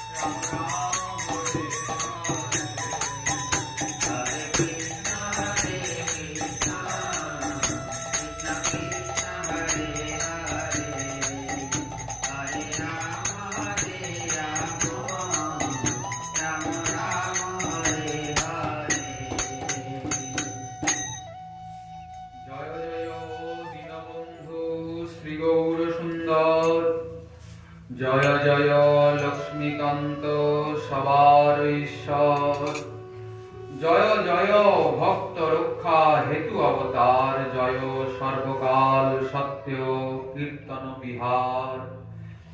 ভক্ত গোষ্ঠী সহিত শ্রী গৌরাঙ্গ জয় জয়, শুনিলে চৈতন্য কথা ভক্তি লভ্য হয়। ভক্তি করে লাভ হবে, চৈতন্যের কথা শুনলে, শ্রীমন মহাপ্রভুর কথা শুনলে। ধ্যানমতে বৈকুণ্ঠ নায়ক নবদ্বীপে, গৃহস্থ হইয়া পড়ায়েন দ্বিজরূপে। প্রেম ভক্তি প্রকাশ নিমিত্ত অবতার, মহাপ্রভু কেন এসেছেন? প্রেম ভক্তিকে প্রকাশ করার জন্য। তাহা কিছু না করেন, ইচ্ছা সে তাহার। কলিযুগের কি অবস্থা তা মহাপ্রভুর আসার আগে ছিল ভয়ঙ্কর। অতি পরমার্থ শূন্য সকল সংসার, সংসারে পরমার্থ শূন্য, সবই হচ্ছে। পরমার্থ মানে কি? হরি ভজন। পরমার্থ মানে পরমার্থ, আসল কাজ। আচ্ছা, ধর্ম অর্থ কাম মোক্ষ আছে না চতুর্বর্গ মানব জীবনে? কেউ ধর্মের চক্করে পড়েছে, কেউ অর্থ কাম মুক্তি। ধর্ম আমার মানে কি? আমরা ধর্ম মানে উল্টো পাল্টা বুঝি। মাতৃধর্ম, পিতৃধর্ম, সংসার ধর্ম, দেশ ধর্ম, এই ধর্ম সেই ধর্ম। আবার লোকে বলে যে সংসার ধর্ম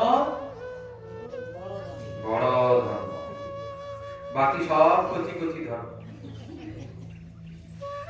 সংসার ধর্ম করলেই বেড়া পার হয়ে যাবে, ঠিক না? বলে না সংসারটা ভালো করে করো, তার ফাঁকে যদি সময় পাও তো হরে কৃষ্ণ বলো, বলে কিনা লোকে? সংসার ধর্ম বড় ধর্ম। সংসারে এসছি, লোকে আবার করে কি জানেন তো? লোকে দোহাই দেয়, আমার কত কাজ জানেন, সংসারের জন্য আমি এটা করছি, পারি না, সময় পাই না। তা কে আপনাকে দোহাই দিয়েছিল সংসার করতে? আপনি তো এসছেন কৃষ্ণ ভজন করার জন্য জগতে, সংসার করার জন্য। কোন পিতামহ ব্রহ্মা এসেছিল ঘাড়ে ধরে বলতে? আপনি তো করেছেন নিজের ইচ্ছা, করেননি? পিতামহ তো বলার কথা বলবে, আপনি কার বলবেন নিজের মুখে বিয়ে করবো বিয়ে করবো বিয়ে করবো? চলবে না। কেন চলবে না?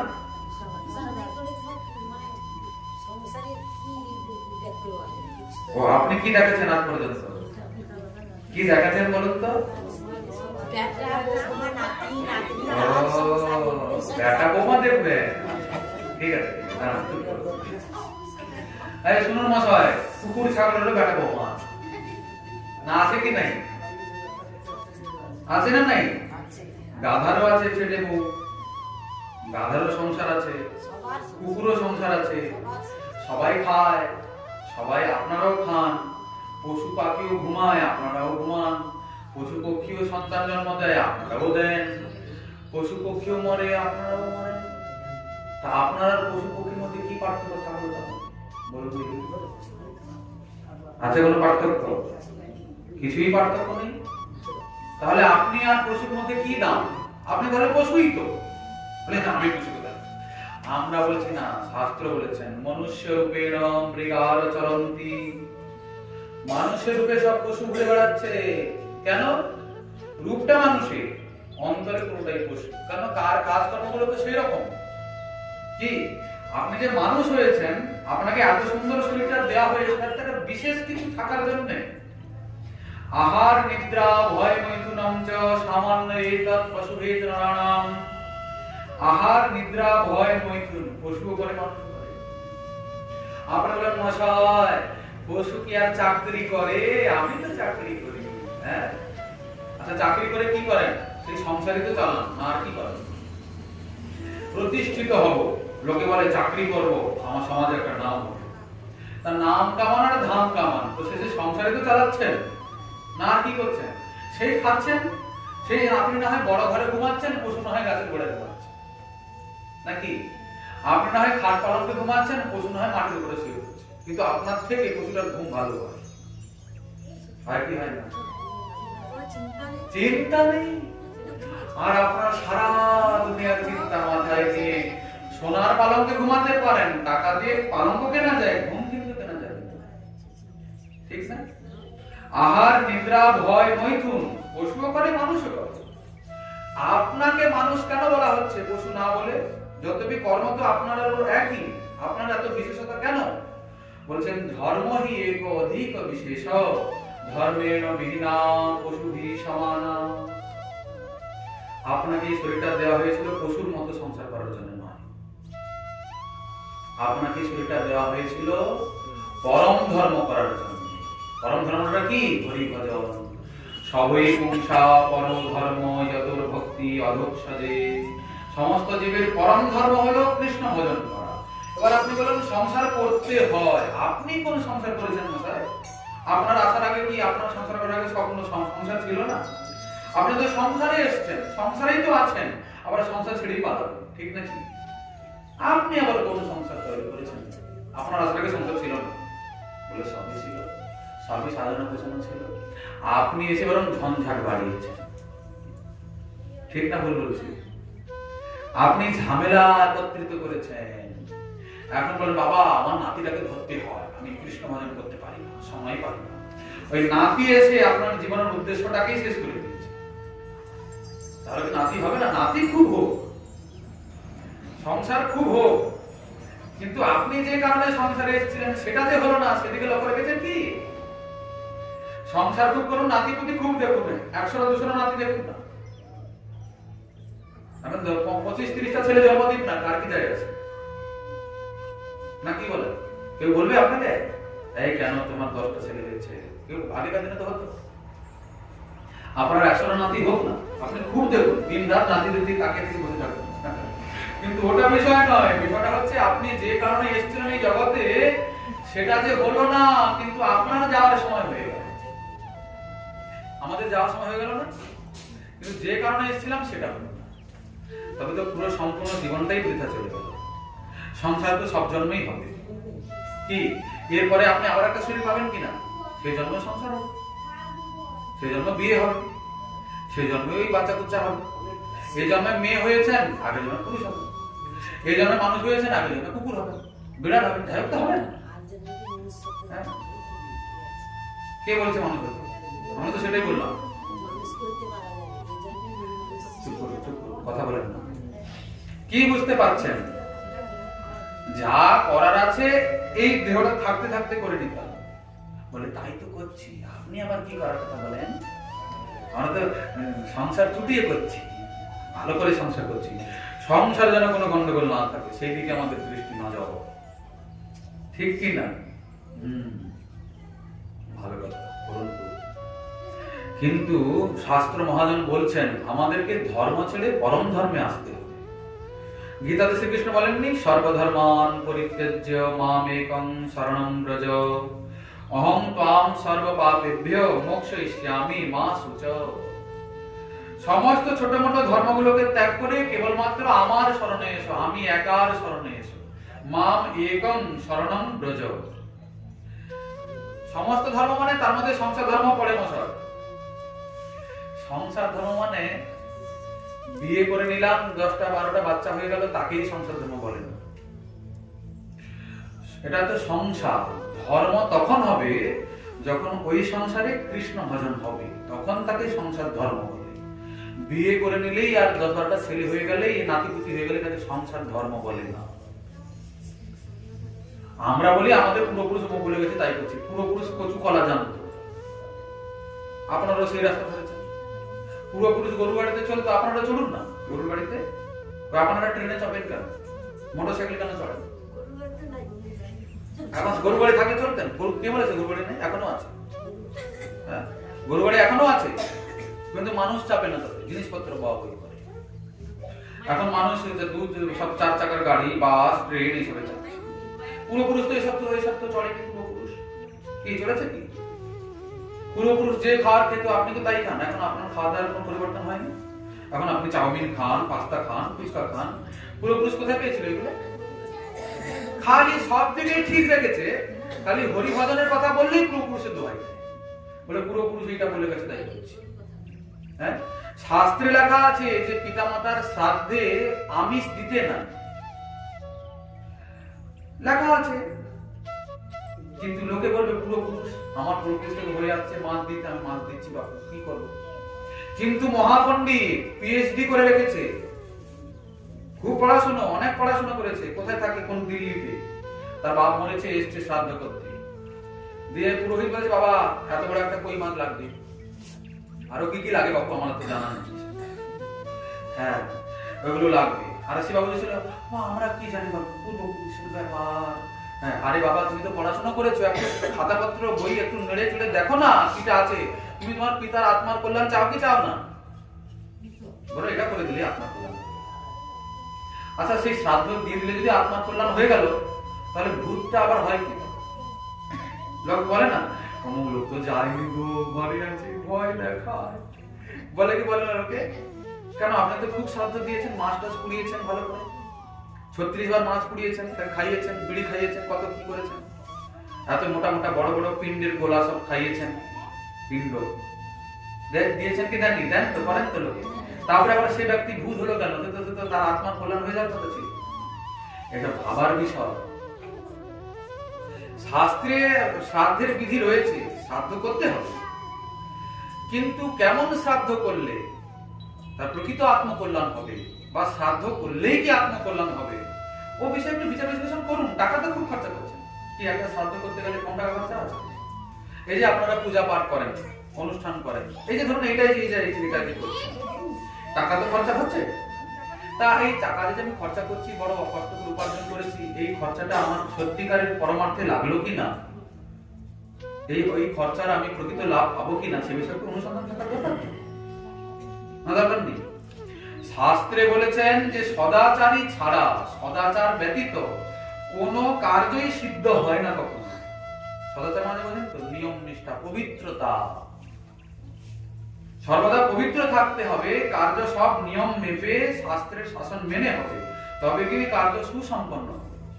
এখন বামন ঠাকুর পান চিবাতে চিবাতে মুখ থেকে দোক্তার গন্ধ, দোক্তার থুতু বেরিয়ে পড়ছে ঠাকুরের গায়ে, আপনি ওখানে লক্ষ লক্ষ টাকা খরচা করে দিচ্ছেন পূজা করতে গিয়ে। আবার হয়তো দেখা যাচ্ছে ঠাকুর মশাই এই করে এসে বসে গেছে, আপনার হচ্ছে আমার অনেক টাকা যাচ্ছে, বিশাল ব্যাপার, বাজনা করে আর ঘরটা ঢুকিয়ে কি পূজা হচ্ছে, সব বসে মিটারা হচ্ছে। পুণ্য করার নামে টাকা খরচা করছি, কিন্তু পুণ্য ইনকাম হচ্ছে না, হচ্ছে পাপ উপার্জন, ঠিক না? মদ্য, এই যে মাদক দ্রব্য, এগুলা তো অধর্ম, এখানে তো কলির স্থান। আপনি একটা ভালো পারমার্থিক অনুষ্ঠান করছেন, সেখানে যদি এই বস্তুগুলোকে এনে ঢুকিয়ে দেন, তাহলে সেটা আর পারমার্থিক অনুষ্ঠান থাকলো কি? কি মহাপ্রভু এসেছেন, 500 লোকের আয়োজন, রাত্রে সবজি কাটতে হবে। মহাপ্রভুর ভোগে সবজি কাটা হয় না, সবজি আমানিয়া করতে হয়। যাক, এটা তো আমরা জানি না, যেসব বিষয়ে আমাদের কোনো ধারণা নেই, ধারণা করার চেষ্টা করি। সবজি কাটা হবে, এখন যাদেরকে ডেকেছেন কাটাকুটি করতে, তারা বলছে ভাই একটা বোতল দিতে দিতি, আবার তো সে নাম তো আসবে না। আবার তো এখন হয়েছে কি, ওই বাপ মরুক মা মরুক, ও না দিলে কিন্তু নিয়ে যাবো, ঠিক কিনা? তা আপনারা বলুন তো, সেটা মহাপ্রভুর ভোগ হচ্ছে না কার ভোগ হচ্ছে? আপনি যে এত টাকা খরচা করছেন ওখানে, লক্ষ লক্ষ টাকা, কি করছেন? সেটাতে কিছু লাভ পাবেন না আরো পাপ ঘাড়ে চাপলো? পাপ ঘাড়ে চাপলো না কিছু পুণ্য উৎপন্ন হলো? টাকা খরচা করে পাপ কামানো হচ্ছে। কষ্ট করে অর্থ উপার্জন করেছি দেশ বিদেশে গিয়ে, মাতৃভূমিকে ছেড়ে দিয়ে, কি এরকমই তো? কোথায় কে মুম্বাই থেকে, কোথায় দিল্লি থেকে, ভারতের বাইরে কে সমুদ্রে চলে যাচ্ছে টাকা উপার্জনের জন্য, কষ্ট করে মাথার ঘাম পায়ে ফেলে অর্থ উপার্জন করে নিয়ে আসছে, আর এখানে এসে পাপ উপার্জন করছে। কি বিড়ম্বনা বলুন দেখি, এসব কে বলবে? সংসার সংসার করছেন, বলে কি সংসার ধর্ম, মাথার মুন্ডুর ধর্ম। সংসার তখনই ধর্ম হবে যখন সেই সংসারে কৃষ্ণ সেবা হবে, পরমার্থ থাকবে, সদাচার থাকবে, নিয়ম থাকবে, শাস্ত্রের শাসন থাকবে, তবেই গিয়ে তো হবে। নাহলে কেবল সংসারই হচ্ছে, ও গরু ছাগলের যেরকম সংসার আপনারও সেরকম, ওটাকে ধর্ম বলা হবে। একটু বোঝার ভুল আছে, বুঝে নিতে হবে। দেখিয়া শুনিয়া ভজ, দেখে শুনে পথ চলুন মশাই। হ্যাঁ, কেউ কিন্তু এটা মনে করবেন না আমি যা করছি কেউ দেখতে পাচ্ছি না, লুকিয়ে লুকিয়ে করছি, লোক মনে করে না রাত্রির অন্ধকারে আপনি চুরিটা করে নিলাম, কেউই দেখতে পেল না। রাতের অন্ধকারে লুকে লুকে করেছে, লোকের চোখে ধুলো দিয়ে করেছে, কেউ দেখতে পায়নি, তাহলে ভুল ভাবছে। ভাগবতে আছে 13 জন সাক্ষী দেয়। হ্যাঁ, এই মাটি তার মধ্যে একজন সাক্ষ্য, চন্দ্র সূর্য এই অন্ধকার একটা সাক্ষী। আপনি যে বলছেন অন্ধকারে লুকে লুকে, অন্ধকার নিজেই সাক্ষী দেবে। কি করবেন এবার আপনি? আপনার অন্তরে যিনি আছেন তিনি একজন সাক্ষী, তাকে তো কিছু লুকানোর নয়। এবার কি করবেন ভেবে দেখুন। আসলে কি জানেন তো, হরি কথা হোক, সাধু সঙ্গ হোক, এগুলো তো সহজে জোটে না। না, চৈতন্য ভাগবতে বলেছেন, কোন ভাগ্যে দৈবে কোন ভাগ্যবান সাধু সঙ্গ পায়, বিষয় আবেশ ছাড়ি কৃষ্ণের ভজয়। সাধু সঙ্গ ইচ্ছা করলে জোটে না, দৈবে জোটে। ভগবানের কৃপা হলে সাধু সঙ্গ মেলে। জীবনে কোনোদিন সাধু সঙ্গ মিলেনি বলে তো আমরা এইসব বিষয়গুলোকে জানি না, বুঝি না। সারা দুনিয়া যাচ্ছে সেদিকে, আমরাও যাচ্ছি। কি বলেন? এখন সমাজে এমন একটা পরিস্থিতি তৈরি হয়ে গেছে, আপনি যদি নিজের মতো করে শাস্ত্রের নিয়ম মেনে চলার চেষ্টা করেন তাহলে বাঁচতেই পারবেন না। এমন একটা পরিস্থিতি তৈরি হয়ে গেছে, মানুষ তৈরি করে দিয়েছে এমন একটা। তুমি এটা করবে না তাহলে তোমার বাড়ি কেউ যাবে। আর আমরা তো ভয় করে যাবো, এ বাবা গো, আমার বাড়ি যদি কেউ না আসে তাহলে আমার কি হবে, আমার বাড়ি যদি কেউ মরে পড়ে থাকে তাহলে তাকে পুরা থেকে নিয়ে যাবে, আমি যদি এরকম করে মৃত্যু মুখে পড়ে আছি আমাকে কে মুখে এসে একটু জল দেবে, আমার ছেলেগুলো তো বাইরে থাকে। এই সব ভয় করে না আমরা সত্য থেকে দূরে সরে আসি, পাপ প্রতি দ্বিধাবোধ করি না, অধর্মের রাস্তাটাকে ধরি, সবকিছুতে প্রশ্রয় দিই। ঠাকুর মশাই রান্নার ফর্দ করছেন, তার সব থেকে উপরে লেখা আছে ক পাতা খৈনি লাগবে, কত দোক্তা লাগবে, বোতল কটা লাগবে। কি বুঝেছেন? খারাপ ভাববেন না, আমরা তো সব একটু একটু মানে ধারণা আছে আর কি, বেশি ধারণা নেই। আবার আরো এখন তো আরো অনেক কিছু শোনা যায়, যতবি এগুলো আমি প্রত্যক্ষ দেখিনি, শুনেছি। হ্যাঁ, কোনো বিচার বিশ্লেষণ নেই, যা ইচ্ছা তা বলতে। এই দেখুন, কোথাও যদি কারো ঘরে নাম সংকীর্তন হচ্ছে, কি দেখুন, খুব ঠান্ডা পড়েছে না, মহাপ্রভু এসেছেন, নাম কীর্তন হচ্ছে, মহাপ্রভু বসে আছে হাত বাড়িয়ে, তার গায়ে একটা পাতলা ফিলফিনে উত্তোলি দেওয়া হচ্ছে, আর ঠাকুর মশাই কীর্তনিয়া বাকি সব চাদর সোয়েটার সব জড়িয়ে একদম আঁটো হয়ে বসে আছে। ঠান্ডা খুব পড়েছে না, মহাপ্রভু তো ভগবান, তা তো ঠান্ডা লাগে না। ঠিক কিনা? কে বুঝবে ধর্ম কি জিনিস? ধর্ম রক্ষতি রক্ষিত, ধর্মকে যে রক্ষা করে ধর্ম তাকে রক্ষা করবে। সংসার ধর্ম যদি বলেন বড় ভালো কথা, তো সংসারটা ধর্ম হোক, তবে গিয়ে বড়, তবে গিয়ে ভালো, নাহলে কেবলমাত্র সংসার হলে চলবে না। বলছেন ধর্মহি এক অধিক বিশেষ, ধর্মেণ বিহীনা পশুভি সমান। ধর্মই হলো একটা বিশেষ বস্তু, যেটা মানুষ করতে পারে, পশু করতে পারে না। পশু ধর্ম করতে পারে, মানুষ করতে পারে। বলে মনুষ্য দেহ পেয়ে যে ব্যক্তি ধর্ম করলো না, সে পশুভি সমানা, সে পশুর মতোই, কেবলমাত্র দেখতে মানুষের মতো, আসলে ভিতরে পুরোটাই পশুর মতো। কি দেখবেন আপনার, পশুদের তো অনেক মর্যাদা আছে, মানুষ সব সীমা ছাড়িয়ে গেছে। গরু কি খায়? হ্যাঁ, কে বলেছে ঘাস খায়?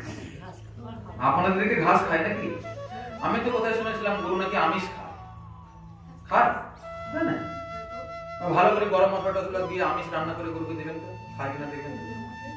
বলে গরু কখনো খাবে না, ঘাসই খায়। আচ্ছা, গরু একটা অবলা প্রাণী, পশু, তার মাথায় কিন্তু এত বিচার বিশ্লেষণ নেই, এত বুদ্ধি নেই, কিন্তু তাকে ভগবান যে মর্যাদা বানিয়ে দিয়েছেন সে তার মধ্যেই সীমাবদ্ধ আছে। ঘাস ছাড়া কিছুই খায় না, আমিষের গন্ধ পর্যন্ত নেবে না, সে মুখটা সরিয়ে পালিয়ে যাবে। ঠিক কিনা? কুকুর কি খায়, বাঘ কি খায়? ঘাস খায়? কুকুর, বিড়াল, বাঘ, সিংহ এরা আমিষ খায়। আপনি মেরে ফেললে ওরা সবজি খাবে না, আর নিরামিষ খাবে। খায় কি? পশু হয়েও, পাখি হয়েও তাদের মর্যাদার মধ্যে আছে, কিন্তু তাদের বুদ্ধি নেই, চেতন শক্তি তাদের বিকশিত হয়নি। চেতন সবার মধ্যেই আছে, ওদের চেতন শক্তি একটু সংকুচিত। মানুষের মধ্যে চেতন শক্তি সুবিকশিত, মানুষ সবই বোঝে, বোঝার শক্তি ভগবান দিয়েছেন, মানুষ বুঝে শুনে অধর্ম করছে। সবাই জানে যে এগুলো খারাপ কাজ, জানে কি জানে না?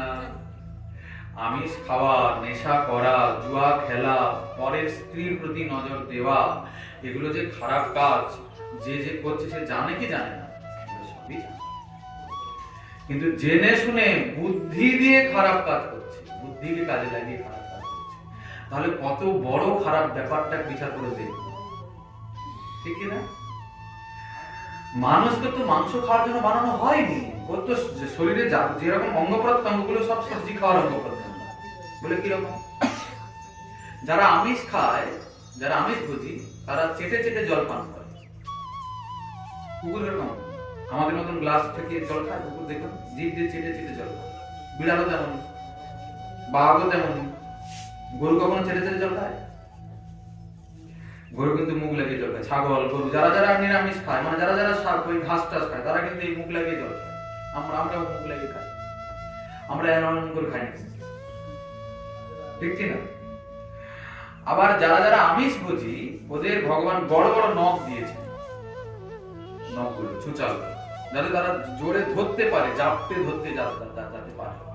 শাক সবজিকে তো এরকম করে জবরদস্তি ধরার কোনো প্রয়োজন নেই।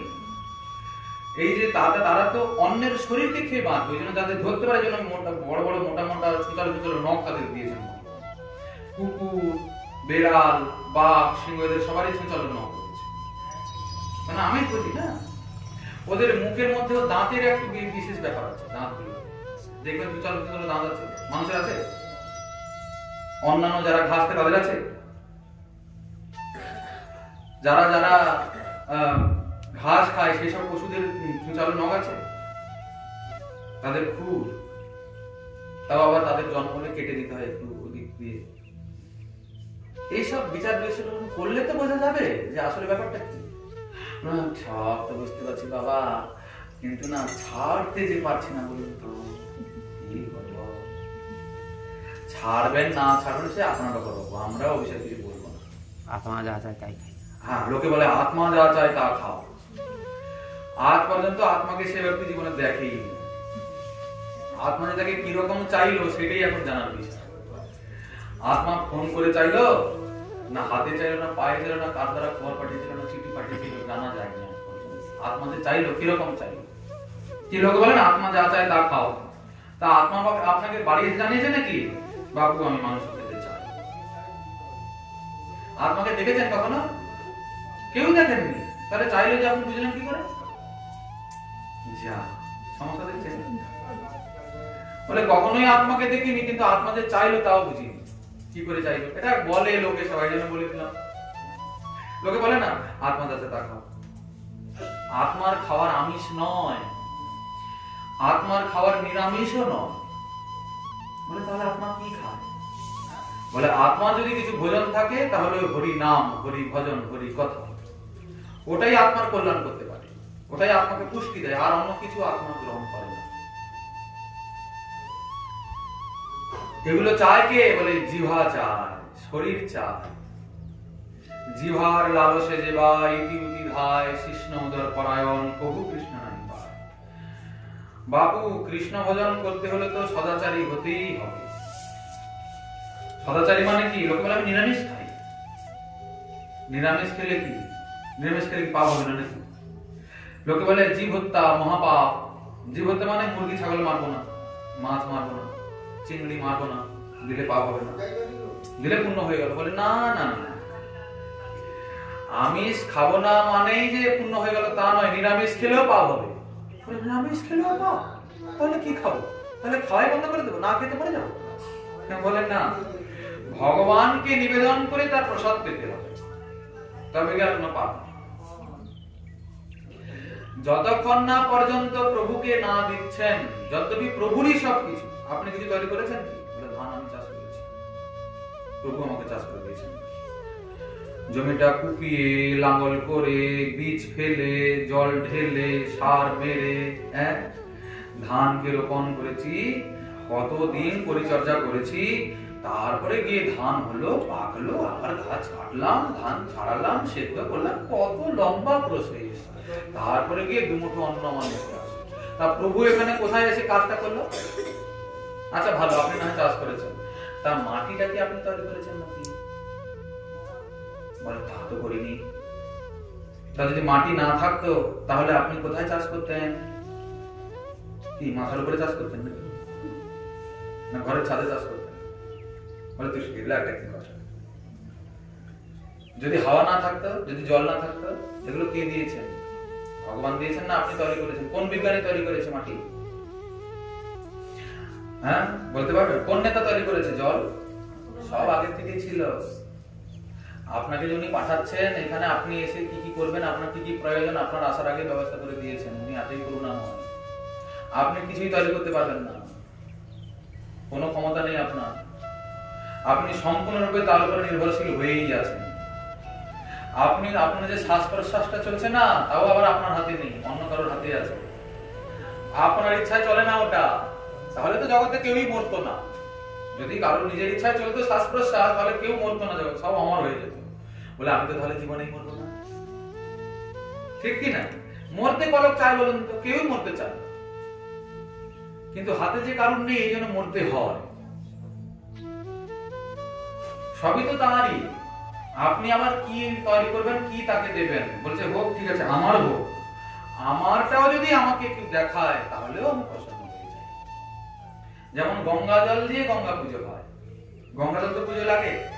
তারপর বলবেন যে গঙ্গা পুজো হচ্ছে, সেখানে অন্য জল দেবো? বলে না, গঙ্গা জলই দিতে হবে, গঙ্গা জল দিয়েই গঙ্গা পূজা হবে। সেখানে ঠিক এমনই ব্যাপার। এই দেখুন, গীতাতে কিন্তু শ্রীকৃষ্ণ বলেননি যে আমিষ খাবে না, ভাগবতেও লেখা নেই যে আমিষ খাওয়া যাবে না। বলে তাহলে তো তারা এত চিল্লাচ্ছেন কেন? লেখাই যখন নেই, খেতে না যখন বলা নেই, তাহলে খাচ্ছি, তার ক্ষতিটা কি? হ্যাঁ কি বলেন? লেখা তো নেই কোথাও না যে খাওয়া যাবে না, ভাগবতেও লেখা নেই, গীতাতেও বলেননি শ্রীকৃষ্ণ, তাহলে খাচ্ছি, তার অসুবিধা কি? না খেতে না বলেননি, কিন্তু কয়েকটা কথা বলেছেন, সেটা আগে শুনুন, তারপরে খাবেন কি খাবেন না সেটা আপনার ব্যাপার। এই জগতে তিনটে গুণ আছে, সতগুণ, রজগুণ আর তমগুণ আছে। প্রতিটা জীব তিনটে গুণের বন্ধনে আবদ্ধ হয়েই কর্ম করে, সবকিছু তিনটে গুণের অনুসারেই চলতে জগতে। এই তিনটে গুণ অনুসারে খাবার দাবারও আছে, বসন ভূষণও আছে, আচার আচরণও আছে, সাত্বিক ভোজন, রাজসিক ভোজন, তামসিক ভোজন। যারা শতগুণী প্রকৃতির, তাদের ঊর্ধ্বগতি হয়, স্বর্গে টর্গে যায়, আরো অনেক উপরে যায়। যারা রাজসিক তারা এইখানে আবার আসে এই জগতে, আর যারা তামসিক তাদের নরকগতি। ঊর্ধ্বং গচ্ছন্তি সত্ত্বস্থাং, মধ্যে তিষ্ঠন্তি রাজসং, জঘন্য গুণ বৃত্তিস্থা, অধো গচ্ছন্তি তামসা। তা ভালো কথা। তখন আমি এখন কোন গুণের লোক বুঝবো কি করে? বলে আপনার আচার আচরণে, কথাবার্তায়, ভোজনে বোঝা যাবে আপনি কোন গুণের লোক। গীতাতে শ্রীকৃষ্ণ বলেছেন অতি ঝাল, অতি লবণ, দুর্গন্ধযুক্ত, বাসি, পচা, অমেধ্য, অমেধ্য মানে আমিষ, এগুলো সব তামসিক ভোজন। দুর্গন্ধযুক্ত, বাসি, পচা, আমিষ, অতি ঝাল, অতি গরম, অতি লবণ, অতি তেতো, অতি শুষ্ক, এগুলো হলো তামসিক ভোজন। তামসিক ভোজন যারা করছে তারা তমগুণী। তমগুণীদের কি গতি বলেন? অধোগতি। এবার বাপু আপনি কোন গতি চান আর কি ভোজন করবেন সেটা আপনি যদি চান বাবু আমি অনিচের দিকে যাবো, তো যান, খুব দুর্গন্ধযুক্ত খাবার খান, খুব আমিষ খান, কে না বলেছে? কি বলেছেন? ওই যে কি বলে, মাছটা শুকনো হয়ে গেলে তার গন্ধটাতেই তো একদম এক হাঁড়ি ভাত পেটে ঢুকে যাবে, কি ঠিক না? নাকি বলেন এরকম কি দুর্গন্ধ, তারা মনে করে কি সুগন্ধ, কি আনন্দ। যারা ভোজন করে না তারা বলে বাবারে মরে গেলাম, হার্ট অ্যাটাক হয়ে যাবে, এত দুর্গন্ধ। কি সত্যি বলুন আপনার এখানে হাত রেখে দুর্গন্ধ কিনা? হ্যাঁ, 6 দিনের পচা মাছ পুকুরে পচে ভেসে উঠেছে, সেটা কেউ বাদ দেয়। কেন সত্যগুলো বলে দিচ্ছি বলে খারাপ লাগছে? হ্যাঁ? কি মনে করছেন খেতে ভালো লাগছে? ও ভালো লাগার পেছনে বড় বাঁশ আছে। সাবধান, এতদিন যা করেছেন করেছেন, ছেড়ে দিন, ভালো করেছেন, কিন্তু এবার নিজের জীবনটাকে একটু উপলব্ধি করুন। আপনার এই শরীরটা ছেলে মেলে খেলার জন্য পাওয়া হয়নি, ভগবান দেননি আপনার। এই শরীরটা দিয়েই আপনি পরম গতিও লাভ করতে পারেন আর দুর্গতিও করতে পারেন, এই শরীরটাকে দিয়ে। ইন্দ্রিয়গুলো তো চাইবেই, কেন ওরা তো সব বিষয় উন্মুখ না, আপনাকে নিয়ে গর্তেই ঢুকাতে চাইবে, অনন্তকাল ধরে তাই করে আসছে ওরা। জিহ্বা চাইবে ওই দিকেই যাবে, দৌড়াবে বারবার, ওটা খেতে ভালো লাগে, ওটা খেতে ভালো লাগে। নিরামিষ কেমন করে খাওয়া বলো তো? এ বাবা রে, মুখে তো ঘাস টাস হয়ে যাবে কোথায়। আমি তো বাবা সপ্তাহে 4 দিন অমুক খাই, 5 দিন অমুক খাই, আর যদি কোনোদিন নিরামিষ হয় তাতেও একটু মাছের মাথা না দিলে আমার খাওয়া না। অনেকে বলে, মানে সে কিভাবে একটা অপরের অধীন হয়ে আছে, দেখুন সে এসবের অধীন হয়ে আছে। আমি অমুক ছাড়া আমার চলে না, তাহলে ওর কোনো গুরুত্ব নেই, যাকে ছাড়া চলে না তারই গুরুত্ব বেশি। আমি যে একটা ব্যক্তি, আমার কোনো ব্যক্তিত্ব আর রইল না, আমার উপরে আমিষটা ব্যক্তিত্ব লাগছে যে আমার এটা ছাড়া চলে না, ঠিক না? সময় চলিয়া যায় নদীর স্রোতের প্রায়, সময় কারোর জন্য আটকাবে না, সময় চলছে নিজের নিজের নিয়মে। আমরা আপনারা ঠকে যাচ্ছি খালি এই দুনিয়াদারি করতে গিয়ে, ঠকবো না। বারবার মনুষ্য দেহ মেলে না, ভগবান কৃপা করে দিয়েছেন। কেন না, এই মনুষ্য শরীরটাই হলো দরজা, যাকে আশ্রয় করে আমাকে পেয়ে নিতে পারে জীব। না হলে অন্য কোনো শরীরে আমার ভজন করতে পারবে না। কুকুর ছাগল ভজন করতে পারে? ও গরুর কানের ভিতরে যদি হরে কৃষ্ণ বলতে চান তো মাথা নাড়াবে, যদি পালাবে হরে কৃষ্ণ বলবে, আরে বোঝেই না সে, তার ভাষা তো আলাদা। তাকে তো ভোগের জন্য ভগবান দিয়েছেন। এই শরীরেই সব করা যেতে পারে। পাপ আর পুণ্য এই শরীরেই তৈরি হয়, আর হরিভজন পাপ পুণ্য নয়, পাপ পুণ্য থেকে ঊর্ধ্বে পরমার্থ। জড়জগৎ থেকে, জড়জগতের বন্ধন থেকে মুক্তির উপায় হলো এই শরীর।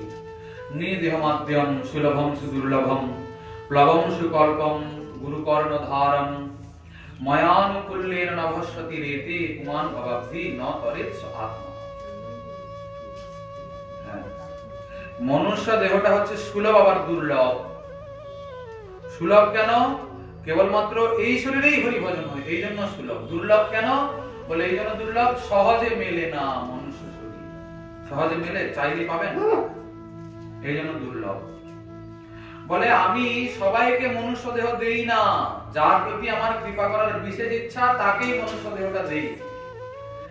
খালি মনুষ্য দেহ দিয়েই ছেড়ে দেই না, আমি আবার নিজেই গুরু রূপে যাই, ওকে বুঝিয়ে হরিভজন উন্মুখ করিয়ে নিজের ধামে নিয়ে যাওয়ার জন্য। আমি গুরু, আমি গ্রন্থ, আমি তুলসী, আমি নাম, আমি বৈষ্ণব, আমি ধাম, নিজে এতরূপে বিস্তার হয়েছেন আমাদেরকে করুণা করার জন্য। কিন্তু আমরা এতই দুর্ভাগা, ভগবান আমাদের চারিদিকে করুণার জাল বিছিয়ে রেখেছেন, কিন্তু আমরা একটাকেও দেখতে পেলাম না। ওনার করুণার এক কণিকাও আমাদের চোখে ধরা পড়ল না, কেননা এতটাই বিষয়ের মদে মত্ত হয়ে আছি আমরা, ভগবানের করুণা চারিদিকে থাকার সত্ত্বেও উপলব্ধি করতে পারছি না। ঠিক না? ভগবান কৃপা করেননি? সব দিক দিয়ে কৃপা করে রেখেছেন। আপনি মায়ের পেটে আছেন তখন থেকেই কৃপা করে দিয়েছেন। আপনি ভূমিষ্ঠ হলে কি খাবেন আপনি তৈরি করেছিলেন না কে তৈরি করেছিলেন? ভূমিষ্ঠ হলেই আপনি কি খাবেন আপনার আসার আগের থেকেই ব্যবস্থা করা আছে। কি মায়ের দুধ? মায়ের দুধের সঙ্গে কোনো খাদ্যের তুলনা আছে জগতে? সেটা তৈরি করেছে কে? কোন মানুষ, কোন বিজ্ঞানী? ভগবান তৈরি করেছেন। তারপরে তো আস্তে আস্তে যত বড় হবেন তত কি কি প্রয়োজন সব ব্যবস্থা করা আছে আপনার আসার আগে থেকে। সংসার করতে হবে, সংসার করতে হবে, সংসার করতে হবে। আরে সংসার করে আপনি কি করতে কলা করলেন কেন? খালি ছেলে জন্ম দিলেন, নাতি দিতে হলেন, ব্যাস, আর আপনার কোনো কর্তব্য নেই। সংসার করলেন আর ওই কুকুর ছাগলের মতন আপনি মরে গেলেন, না আর কি লাভ আছে? আর কি হচ্ছে বলুন তো? জীবনে কিছু বিশেষ করুন না। আপনার বলুন না গো আমার ছেলেটা সাধারণ না, কত বড় পড়াশোনা করছে জানো, কি পড়াশোনা করছে? ওকেও তো সেই রাস্তায় দেখাচ্ছেন আপনি। কোন রাস্তা? যে রাস্তায় আপনি গেছেন। আপনি খালি মজুর খাটতেন, আপনার ছেলে না হয় চাকরি করবে, কিন্তু আপনিও যা নিয়ে পড়েছেন তাকেও সাই শেখাচ্ছেন, সেও তার ছেলেকে তাই শেখাবে। সেই সংসার সংসার সংসার নাকি? সংসার করতে আমরা আসিনি, সংসার আপনি আপনি হয়, আপনি না চাইলেও হবে। সংসারেই আসতে হয়, সংসারেই থাকতে হয়, সংসার ছেড়েই যেতে হয়। পুরো জগৎটাকেই সংসার বলে। সংসারে এসেছি ধর্ম করতে। কোন ধর্ম? পরম ধর্ম। অতএব সময় নষ্ট না করে তার চরণে শরণাগত হতে হবে। শরণাগত হওয়ার পদ্ধতি কি? বলে, বাবা আপনার মতো টাক মাথা হতে পারবো না। চুলটা থাকলে তো ফুস করে উড়িয়ে দেবে, দেখতে ফুট করে উড়ে যাবে চুলটা, কি সুন্দর লাগবে দেখতে। হ্যাঁ, আপনার মতো ঘাস ফুস খেতে পারবো না বাবা, আপনার মতো ঘাস ফুস খেতে পারবো না। মোটা মোটা তুলসীর মালা, বাবা রে বাবা, না। আর সেই মা কালকে বলছিলেন, জানেন তো আমাদেরকে কত লোক কত কথা বলে, বলে যে এইসব ঢং করছে, ইয়ে করছে, সে করছে, এইসব লোকে বলে। আচ্ছা, লোকে তো অনেক কথা বলে, তাতে আপনার কি? আপনি কি লোকের কথা শুনতে এসছেন এই জগতে? একটা লোক রাস্তাতে যাচ্ছিল, জানেন তো, পাশে পাড়া প্রতিবেশীতে লোক বসে থাকে রাস্তা ধারে, না মহিলা লোক সব বসে থাকে, আলোচনা করে তারপরে কথা কি হয়েছে। বলছে, দিদি দেখো দেখো দেখো তো, ওই লোকটা কি বাজে, চোখটা সামনের দিকে করে যাচ্ছে। মা বোন বসে আছে রাস্তার উপরে, তার কোনো লজ্জা লজ্জা নেই, চোখটা সামনের দিকে করে ড্যাং ড্যাং করে চেয়ে চলে যাচ্ছে। সে ভাবলো যে বাবা সামনের দিকে তাকাবো না, মুখটা নিচের দিকে করে যাও। কি সামনের দিকে তাকালে যখন অসুবিধে, তারপরে দিন থেকে মুখটা নিচের দিকে করে যায়। সেই লোকগুলো বলছে কি জানেন তো, বলছে নিশ্চয়ই কোনো খারাপ কর্ম করেছে, এই জন্য মুখটা পড়ে গেছে, মুখ তুলতে পারছে না, এই জন্য মুখটা নিচের দিকে করে যাচ্ছে। বলো, যা বাবা, এতেও সমস্যা হোক, তাহলে আমি আর মুখ নিচেও করবো না, সোজাও তাকাবো, উপরের দিকে তাকিয়ে যাবো। এখন উপরে উপরে তাকিয়ে যায়। তারা তখন বলে কি, বাবা বিশাল বড় হয়ে গেছে, এখন আর পা মাটিতে পড়ে না, এত বড় করছে নিজেকে, মনে করছে এখন আমাদের দিকে তাকায়ও না, চোখ দেখো উপরের দিকে করে যায়, তার দিকে জ্বালাবি না। সে ব্যক্তি হচ্ছে, ভাই কি সমস্যা হলো, চোখ সামনেও তাকাতে পারবো না, উপরেও তাকাতে পারবো না, নিচেও তাকাতে পারবো না, সব দিকে যেন চোখই আমি রাখবো না, চোখটাকে একবারে দিয়েছে উঠে ফেলেছে। আচ্ছা, এখন সেই লোকগুলোই বলছে যে না, নিশ্চয়ই কোনো খারাপ কর্ম করেছিল, এই জন্য এরকম যন্ত্র দিয়েছে, নাহলে চোখ পড়ালো কেন? বুঝতে পারছেন? এই হচ্ছে জগতের নিয়ম। এইরকম আপনি ভালো করলেও লোক বলবে, খারাপ করলেও বলবে, এটাই জগতের নিয়ম। কি ধরুন কেউ দান করছে, ধরুন 2-4 টাকা দান করছে, লোকে বলবে এ কি আর সাধে দান করছে, এর পেছনে কত কিছু আছে, এই নেবে সেই নেবে, এই জন্য এই দিচ্ছে, না হলে সাথে দান করছে। মানে জগৎটা এমন নিষ্ঠুর, মানে কাউকে ভালো থাকতে দেবে না, ঠিক না ভুল বলছি? তাদের মধ্যে তো আমরাও আছি। অতএব জগতের কথায় কান দিয়ে লাভ নেই, আপনাকে কান দিতে হবে সাধু শাস্ত্র বাক্যে। আমাদের আচার্য পাদগণ, গুরুবর্গ শাস্ত্র কি বলেছেন সেটা শুনতে হবে, সেটা বুঝতে হবে। দুনিয়াকে কি বললো আপনার জানার দরকার নেই, কানে নেওয়ার দরকার নেই। দুনিয়ার কথায় আপনি চলবেন না। আপনি যখন মারা যাবেন, দুনিয়ার কোন লোক আপনার সঙ্গে যাবে? আপনি যার কথা শুনে আপনি ভজন ছেড়ে দিচ্ছেন, তাকে বলবেন, ভাই আমার পাপ কিছুটা তুমি নাও তো, তোমার পুণ্য কিছুটা দাও, কেউ দিতে পারবে না? দিতে পারবে? হয় কখনো? কোথাওই যখন কিছুই নেই, তাহলে কেন মিছিমিছি লোকের কথা শুনে ভজন নষ্ট করতে যাবো? আর দ্বিতীয় কথা, কৃষ্ণ ভজন করতে গেলে একটু কষ্ট করতে হবে, নিন্দা শুনতে হবে, লাঞ্ছনা ভোগ করতে হবে, সহজে তার কৃপা হয় না। এসব লাঞ্ছনা ভোগ করতে করতে আপনি যখন তাকে বুঝবেন, তিনি দেখবেন যে দেখো এই নিশ্চয়ই আমাকে ভালোবাসে, এই জন্যই তো এত সংকটেও আমাকে ধরছে। কি ভালোবাসা না থাকলে কি করে সংকটেও তাকে ভজন করা যায়? উনি আপনার টাকা পয়সা চান না, উনি আপনার আভিজাত্য চান না, আপনি সুন্দর দেখতে, কালো দেখতে না ফর্সা দেখতে, ওসব উনি কিছুই দেখেন না। উনি দেখেন আপনার অন্তরের খবর, আপনি ওনাকে কতটা ভালোবাসেন, আপনার হৃদয়ে ওনার জন্য কতটা জায়গা আছে উনি ওটা লক্ষ্য করেন। সবার কি সবার সামর্থ্য নাকি? আপনার ঘরে অনেক টাকা পয়সা আছে বলে আপনি এত বড় একটা সবার ব্যবস্থা করেছেন। আমাদের ঘরে টাকা পয়সা নেই, আমি তো সবার ব্যবস্থা করতে পারবো, তাহলে পরিবর্তন করবো করতে পারবো না, বলেন না? অন্তরে অন্তরে তার সঙ্গে কথাবার্তা, অন্তরে অন্তরে তাকে ডাকা ডাকি, তিনি অন্তরের কথাই শোনেন, বোঝেন। কেবলমাত্র ভগবানকে ভালোবাসতে হবে, ভয় করাও চলবে না, দূরে সরিয়ে দেওয়া চলবে না। তিনি ভালোবাসার লোক। কি বুঝেছেন? ভালোবাসতে টাকা পয়সা লাগে, তাই না? অন্তরে অন্তরে মিল হয়ে গেলে ভালোবাসা। উনি লক্ষ্য করছেন যে দেখো এত নিন্দা, এত চর্চা, এত কটূক্তি করে এই ব্যক্তিকে, সবকিছুকে উপেক্ষা করে এসে আমাকে ভালোবাসে, আমার কিসে সুখ হবে তার জন্য সব করে চলে যাচ্ছে নির্বিচারে, ঠিক কিনা? গুরুদেব বলেছিলেন বাবা হরিনাম নিলে ঠাকুর সুখী হন। যদি কেউ হরে কৃষ্ণ বলে, নাম বলে, রাধা বলে, তাহলে উনি নাকি বড় প্রসন্ন হন। আমি এই জন্য নাম করি।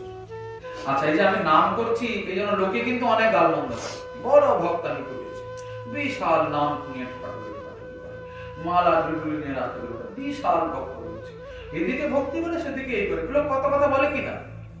কিন্তু আপনি যদি মনে করেন যে না বাবা আমার গুরুদেব বলেছেন যে যদি হরিনাম করি তাহলে আমার প্রভু সুখী হয়, লোকে কি বলে আমার জানার দরকার নেই, আমার তো একটাই কর্তব্য প্রভুকে সেবা করে সুখী করব, এই পদ্ধতিটা বাস ওটাই করি।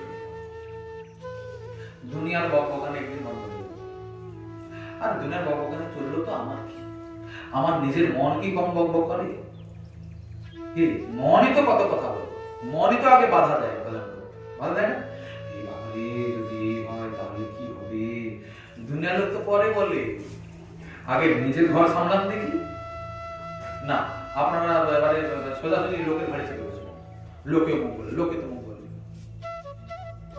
নিজের মনটা বলে বলে, সেদিকে আপনার কোনো ভ্রুক্ষেপ নেই।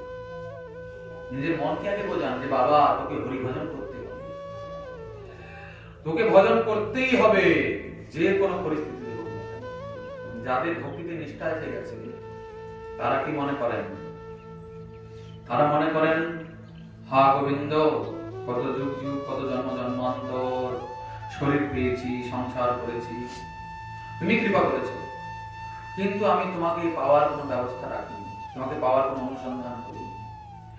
এই জন্মে যখন তুমি আবার মনুষ্য দেহ দিয়েছো, আবার সাধুগুরু সঙ্গ করিয়ে দিয়েছো, তোমাকে ভজন করতে হবে এই বোধ শক্তিও দিয়েছো, তাহলে এইটুকু কৃপা করো, যে কোনো পরিস্থিতিতে হোক না কেন, যে কোনো কিছুর বিনিময়ে হোক না কেন, আমি যেন তোমায় না ভুলে যাই। তোমাকে মনে রাখার জন্য আমি সবকিছু ছাড়তে প্রস্তুত। আরে ছাড়বেন আপনি, আপনি না চাইলেও একদিন সব ছেড়ে যাবে, নয় আপনাকেই সব ছেড়ে যেতে হবে, ঠিক না? আপনি এখন সারা দুনিয়াকে আমার আমার করে আগলে রেখেছেন, একদিন সব ছেড়ে পালাতে হবে, না চাইলে। কে কি চায় ছেড়ে যেতে? চলে যায় সবাই, যাওয়ার আগে আশা অপূর্ণ থেকে যায়, লোকে বলে আমার অমুক আশাটা পূর্ণ হয়নি, সারা জীবন কত আশা পূর্ণ করলো তবুও তার একটা না একটা আশা থেকে যায়, অমুক আশাটা পূর্ণ হয়নি, বাবারে আমার এটা পূর্ণ করে দিবি, ছেলেকে দায়িত্ব দিয়ে যায় না? দেখুন কিরকম ঘোর সংসারী। প্রভুকে প্রার্থনা করুন, ঠাকুর আমাকে এই শক্তি দাও, আমি যেন তোমায় না ভুলে যাই, তার বিনিময়ে যা ছাড়তে হবে, যা যা আমাকে পদক্ষেপ নিতে হবে নিতে প্রস্তুত আছি, কারণ তুমি ছাড়া তো আমার আপন আর কেউ নাই, আমার মস্তিষ্ক বিকৃতি হয়েছে, এই জন্য আমি তোমাকে ভুলে গিয়ে এই পরকে আপন করার চেষ্টা করছি, এই জগতে কেউ আপন নয়, আপন করার চেষ্টা করা হচ্ছে। দেখবেন আপনারা, হ্যাঁ আমার ছেলেকে আমি জন্ম দিয়েছি, আপনি কি বলেন আপন নয়? ওই ছেলেটাই তো একদিন পান থেকে চুন কষলে আপনাকে জন্ম দেবে, কি তাই না? ঘর ঘর চলছে না? আপন যদি কোথায় গেল প্রেম? আপনি তাকে জন্ম দিয়েছেন, আপনার অধিকার আছে মায়ের, কালকে স্ত্রী এসে গেলে বাবা বাবা কত গন্ডগোল দাঁড়িয়ে যায়, হয় কি হয় না? এসব কথা বলবো না, সংসারিক কথা, আপনাদের কষ্ট লাগবে না, লাগবে না কষ্ট? বাদ দিন, এসব সবাই জানে না। আমরা খালি বলছি এইটুকুনি যে আমরা জগতে বৃথা অন্বেষণ করছি আপন জনকে, আপন এই জগতে কেউ নেই, স্বার্থ ঘুরিয়ে এলে সবাই কেটে পড়বে, যে যার সব পাখের বুঝে নিয়ে। যতদিন আপনি করতে পারবেন, যতদিন আপনি সংসারের জন্য দিতে পারবেন, ততদিন আপনার জন্য জায়গা আছে। যেদিন আপনি আস্তে আস্তে করে অকেজো হয়ে যাবেন, সেদিন আপনার কোনো দাম সংসারে থাকবে না। কি আপনার স্ত্রী একদিন আপনাকে বড় মাছের চাকাটা দিত, কেন? কারণ আপনি তখন সংসারের মালিক ছিলেন, আপনি উপার্জন করে সংসার চালাতেন। এখন সব থেকে বড় মাছের মাথাটা আপনার কপালে আর জোটে না। আপনার কপালে এখন মাছ জোটে কিনা তাই সন্দেহ, কেন? আপনি এখন উপার্জন করেন নাকি না? ঠিক বলছি না ভুল বলছি? এই সংসারের পরিস্থিতি। কিন্তু কে দিচ্ছে, কে করছে? আপনারই ছেলে, জন্ম দেওয়া ছেলে, সেই এখন এইসব ব্যবহার শুরু করেছে। কেন? আপনি এখন আর সংসারের জন্য কিছু করেন না, জন্ম দেন আর যান। এই পরম্পরা অনাদিকাল থেকে চলছে, আজকের কথা না। তাহলে কাকে আপন করবে না? যাকে কখনো ভোলা যায় না তাকে ভোলার চেষ্টা করছি আমরা, আর যাকে কখনো আপন করা যায় না তাকে আপন করার চেষ্টা করছি। কি যাকে একদিন যেগুলো একদিন ছেড়ে যেতে হবে তাকে ধরে রাখার চেষ্টা করছি। শরীরকেও ধরতে পারবো না, রাখতে পারবো না, এই জগৎকে ধরে রাখতে পারবো না, সব একদিন যাবে, কিন্তু আগেই ধরে রাখার চেষ্টা করছি। করছি না চেষ্টা? দিন রাত কি চেষ্টা করছি আমরা? খেটে খুটে একদম রাত দিন এক করে দিয়ে সংসার সংসার সংসার করে সংসারটাকেই ধরে রাখার চেষ্টা করছি, কিন্তু ওকে ধরে রাখা যায় না। ভগবানকে কখনো ভোলা যায় না, কিন্তু তাকে আমরা দিন রাত চেষ্টা করছি ভুলে থাকা। করছি না চেষ্টা? ভগবানকে ভুলে যাবো, তার নাম নেব না, তার ভজন করবো না। সমস্যা তো এইখানে। তবে হ্যাঁ, দুর্ভাগ্য কি যে সাধু সঙ্গ মিলেনি, এই জন্য আমরা বুঝিনি। তবে সাধু সঙ্গ হয়েছে, বুঝতে পারছি, এরপরেও যদি না করি তাহলে ভয়ঙ্কর দণ্ড পেতে হবে। এটা হচ্ছে সমস্যা। এই জন্য সময় থাকতে থাকতে করে নিতে হবে। দেহটা একবার হাত ছাড়া হয়ে গেলে সব গেল। এরপরে আবার মনুষ্য দেহ পাবেন কিনা তার কোনো গ্যারান্টি কেউ দিতে পারবে না। আপনাদের আজকে গ্যারান্টি দিতে পারবেন? লোকে বলে এই জন্মে তো হলো না, আগের জন্মে হলো। বারে কথা, আপনি বড় ত্রিকাল ধরেছি, আগের জন্য কি হয় আপনি খুব জানেন। লোকে বলে না এখন তো অনেক ঝামেলা আছে, ছেলেটা বড় হয়ে যাক, বিয়ে দিয়ে করিয়ে দিই, ব্যাস বৌমা একটা এসে গেলে আমি ফ্রি হয়ে গেলাম। যাদের যাদের বৌমা আছে তারা সব ফ্রি আছেন তো?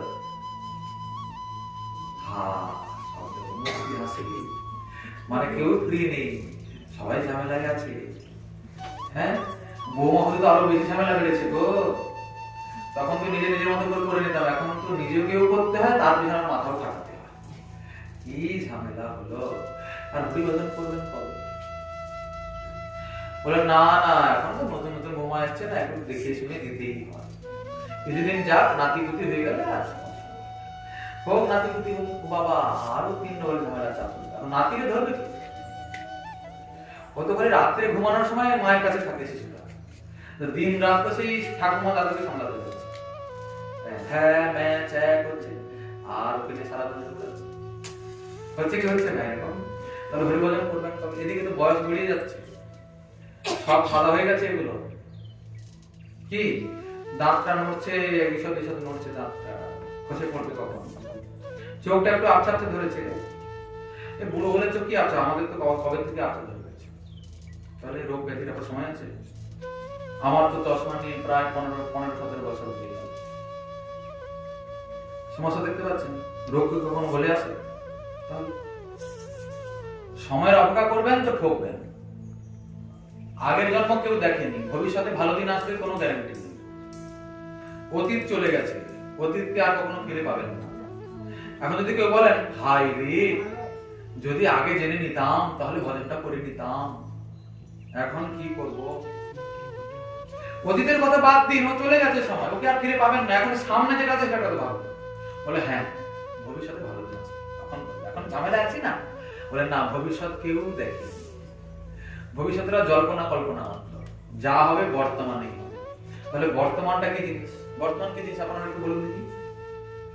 বর্তমান মানে ক ঘন্টা সময়? 3 ঘন্টা না। বর্তমান বলতে কোনো সময়ই নেই। এই কথা হয়ে গেল, বর্তমান বলতে কোনো সময় নেই। বর্তমান বলতে কোনো সময় নেই। বর্তমান অতি সূক্ষ্ম, বর্তমান অতি সূক্ষ্ম। ওর মধ্যে আপনি কি করবেন? এই যে শ্বাসটা আমি নিচ্ছি, এটা তো অতীত হয়ে গেল নেওয়ার পরে, নাকি? তারপরে ছেড়ে দেব, এটা ভবিষ্যৎ। এই যে নেওয়া ছাড়ার মধ্যে কতটা সময়? এই যে 2 সেকেন্ড, এদিকে একটা সেকেন্ড, ওদিকে একটা সেকেন্ড, যেটা এদিকে চলে এলো এটা তো অতীত হয়ে গেল, যেটা ওদিকে আছে ওটা তো হলো কি ভবিষ্যৎ। ওই এদিকে আর ওদিকের মধ্যে কতটা সময়? 2 সেকেন্ডের ভিতরে, ওটাই তো বর্তমান। মানে বর্তমানও নাই বলতে গেলে। কখন করবেন তবে? সময় নষ্ট করবেন তো ঠকবেন। শরীরটা হাতছাড়া হয়ে গেলেই সব বন্ধ। এই যে বলছেন অতি পরমার্থ শূন্য সকল সংসার, সকল সংসার পরমার্থ শূন্য। তুচ্ছ রস বিষয়ে সে আদর সবার, গীতা ভাগবত বা পড়ায় যে জন, তারাও না বলে না বলায় কৃষ্ণ সংকীর্তন। গীতা ভাগবত হচ্ছে আগেকার দিনের কথা বলা হচ্ছে, মহাপ্রভু রাজার সময় কি ছিল। নাম সংকীর্তনের কথা কেউ বলছে না। আপনি ঘরে খুব অনুষ্ঠান করলেন, কীর্তনে টীর্তনে নিয়ে নিয়ে অষ্টপ্রহরী করলেন, কোন কীর্তনিয়া কোন পূজারী কেউ বলে বাবা হরিনাম করো গো, দিলে মঙ্গল, টাকা আছে অনুষ্ঠান করছে ভালো, হ্যাঁ একটু ভজন করো, কৃষ্ণ ভজন করো, একটু সদাচারী হও, নিয়ম নিষ্ঠা পালন করো, একটু পবিত্র থাকার চেষ্টা করো। কি একজন পবিত্র ব্যক্তি একজন অপবিত্র ব্যক্তি পার্থক্য আছে কিনা বলুন তো? রোগ ব্যাধি দুনিয়া ভরের চাপে, কেন চাপে? দুনিয়া ভরের অশান্তি অমঙ্গল কেন আসে? এই অদাচার করার জন্য, নিয়ম পালন না করার জন্য, পবিত্র না থাকার জন্য। ভূত ভেটে, ভূত ভেটে, লোকে বলেন না ভূত ভেটেছে, অমুকের ঘরে লোক ভেটেছে। ভূত কেন ধরলো? বলে ভূত সব জায়গায় যায়, পবিত্র জায়গায় যেতে পারবে। যাকে দেখলে অপবিত্র তার কাছে।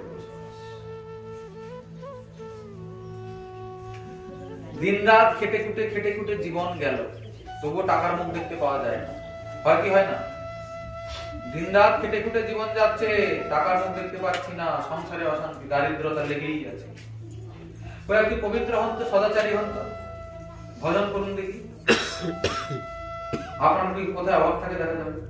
যা পাবেন গোবিন্দকে দিয়ে পান দেখি। আপনার শাক অন্ন আছে, নুন আছে, তাই গোবিন্দকে দিয়ে পান, পবিত্র থেকে তার নাম গ্রহণ করতে করতে। কোথায় অভাব থাকে দেখা যাবে। বলে আপনি গ্যারান্টি নিচ্ছেন নাকি? হ্যাঁ গ্যারান্টি নিলাম না। আমাকে নিতে হবে কেন? এখানে চৈতন্য ভাগবতীতে মহাপ্রভু বলেছেন, শ্রীবাস লক্ষ্মীও যদি ভিক্ষা করে নগরে নগরে, তথাপি দারিদ্র তোর নাহি বেক ঘরে। লক্ষ্মী ঠাকুরানী যদি ঘরে ঘরে ভিক্ষা করতে যায়, যাক আমার ভক্তের ঘরে কখনো দারিদ্রতা আসবে না। বলে তাহলে যে ভক্ত বৈষ্ণবরা চাইতে আসে, ভিক্ষা করতে আসে, ওগুলো স্বভাবে আসে, অভাবে আসে।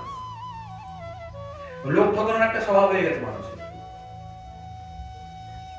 আমাদের এই হচ্ছে দাও, আমাদের সেই হচ্ছে দাও। আমরা শুনলাম আমাদের প্রতাপ দিঘিতে আশ্রম হচ্ছে, হ্যাঁ আমরা কাউকে কিছুই বলি না। বৈষ্ণব সে যে মানুষ অন্যত্র গিয়ে বলছে প্রতাপ দিঘিতে আশ্রম হচ্ছে, আমরা কালেকশন করতে এসেছি, কি টাকা আছে দিয়ে। হায় অবাক করার ব্যাপার। আমরা এসব মনে স্বপ্নও জানি না, আমরা বলিও নি আমাদের আশ্রম হচ্ছে টাকা পয়সা দিতে। কথা বুঝতে পেরেছেন? আমরা মহাপ্রভুর উপরে নির্ভরশীল, প্রভু জগিয়ে দেবেন, যা পারবেন করবেন, যা হবে। লোকে দুনিয়ায় গিয়ে না রটাচ্ছে, বলছে প্রতাপ দিঘিতে আশ্রম হচ্ছে টাকা দিন, ওখানকার থেকে এসেছি। হরি বল। দেখছেন কি গন্ডগোল? এইসব লোককে জন্ম জন্মান্তর ভিক্ষা করতে হবে, তবুও কোনোদিন মুখ মানে ভালো মুখ দেখতে পাবে। এইসব লোককে জন্ম জন্মান্তর ভিক্ষা করতে হবে। কারণ এই যে কপটতা, এই যে মিথ্যা, মিথ্যার আশ্রয়। আশ্রমের নাম বললে মানুষ 200 টাকা দেবে, 100 টাকা দেবে, বেশি পয়সা দেবে। আর যদি বলি বাবা আমাকে একটু সাহায্য দিন এসেছিল, 5 টাকা দেবে, 2 টাকা দেবে। আমার তো 2 টাকায় সংসার চলবে না, 200 টাকা চাই। এখনো এমন পরিস্থিতি, এখনো ভিক্ষা করে লোক, এমন পরিস্থিতি আছে। যদ্যপি নেই কিন্তু ভিখারি এখনো আছে, অভাব এখনো আছে। আমরা অবাক হই কেন বলুন দেখিনি? এইসব নিয়ে ছিনিমিনি করার জন্য, ধর্ম নিয়ে ছিনিমিনি করার জন্য অভাব আছে। অতএব সাবধান হতে হবে। লাভের আগে আমরা লাভের রাস্তাটাই বন্ধ করে দিচ্ছি। কাউকে চাইতে হবে না। চাইবো কেন? আমার পরম গুরুদেব বলতেন, যে বিশ্ব জুড়ে যার যার বাপের ধানের গোলা। বিশ্ব জুড়ে যার বাপের ধানের গোলা, ভাতে মরে কি তার গোলা? সারা জগতে যার ধানের গোলা মানে জানেন তো? ধরুন আপনার সারা পৃথিবীতে ধানের গোলা আছে, আপনার ছেলে খেতে পায় না, মরে যাচ্ছে, এরকম কখনো হবে কি? আমাদের প্রভু তো জগন্নাথ, সারা জগতের নাথ, কি সমস্ত সমস্ত তারই, আর আমরা তো তারই। তাহলে আমরা পাবো না? আমরা আমাদের ভিক্ষা করতে হবে না? তাহলে তো তোমার নামে কলঙ্ক লাগবে। এত বড় লোক, তার ছেলে ভিক্ষা করতে যাচ্ছে, দেখো লজ্জার কথা না? ধরুন এই গ্রামে একটা সবথেকে অনেক বড় লোক থাকে, খুব বড় লোক, অনেক টাকা তার আছে, তার ছেলে যদি ভিক্ষা করতে যায় গ্রামে, তাহলে সেই লোকটার মানসম্মান থাকবে? এখানে ঠিক তেমনই তো আমাদের প্রভু জগতের প্রতি অনন্ত অনন্ত অনন্ত সম্পত্তির অধিকারী, যা জগতে যা কিছু সবই তার, আমরা তার সন্তান। আর আমরা দারিদ্রতা দোষ ভোগ করছি আর দুনিয়ায় ভিক্ষা করতে যাচ্ছি।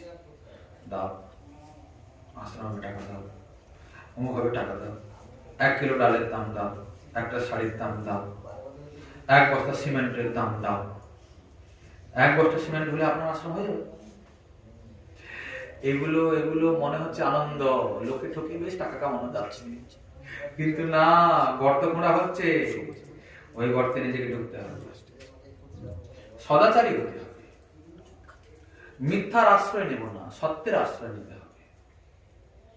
ধর্মকে যারা রক্ষা করবে, ধর্ম তাকে রক্ষা করে। সত্যের পথে থেকে যদি প্রাণ যায় তাও ভালো, কিন্তু অসত্যের আশ্রয়ে বড় লোক হওয়ার দরকার নেই। যেদিন চক্র ঘুরবে সেদিন আমি তলিয়ে যাবো, আমাকে আর খুঁজেই পাওয়াই যাবে না। ঠিক না ভুল? মিথ্যা সারা জীবন চাপিয়ে রাখা যায় কি? একদিন প্রকাশ হয় সত্যের। অতএব সাবধান। আজকে তো সময় ফুরিয়ে গেল, আগামীকাল যদি আবার মহাপ্রভুর কৃপা হয়, আবার রইল আস্বাদনের আকাঙ্ক্ষা। আজকের ভাগবতী কথা রাখা হলো এখানেই। জয় জয় শ্রী রাধে কৃষ্ণ।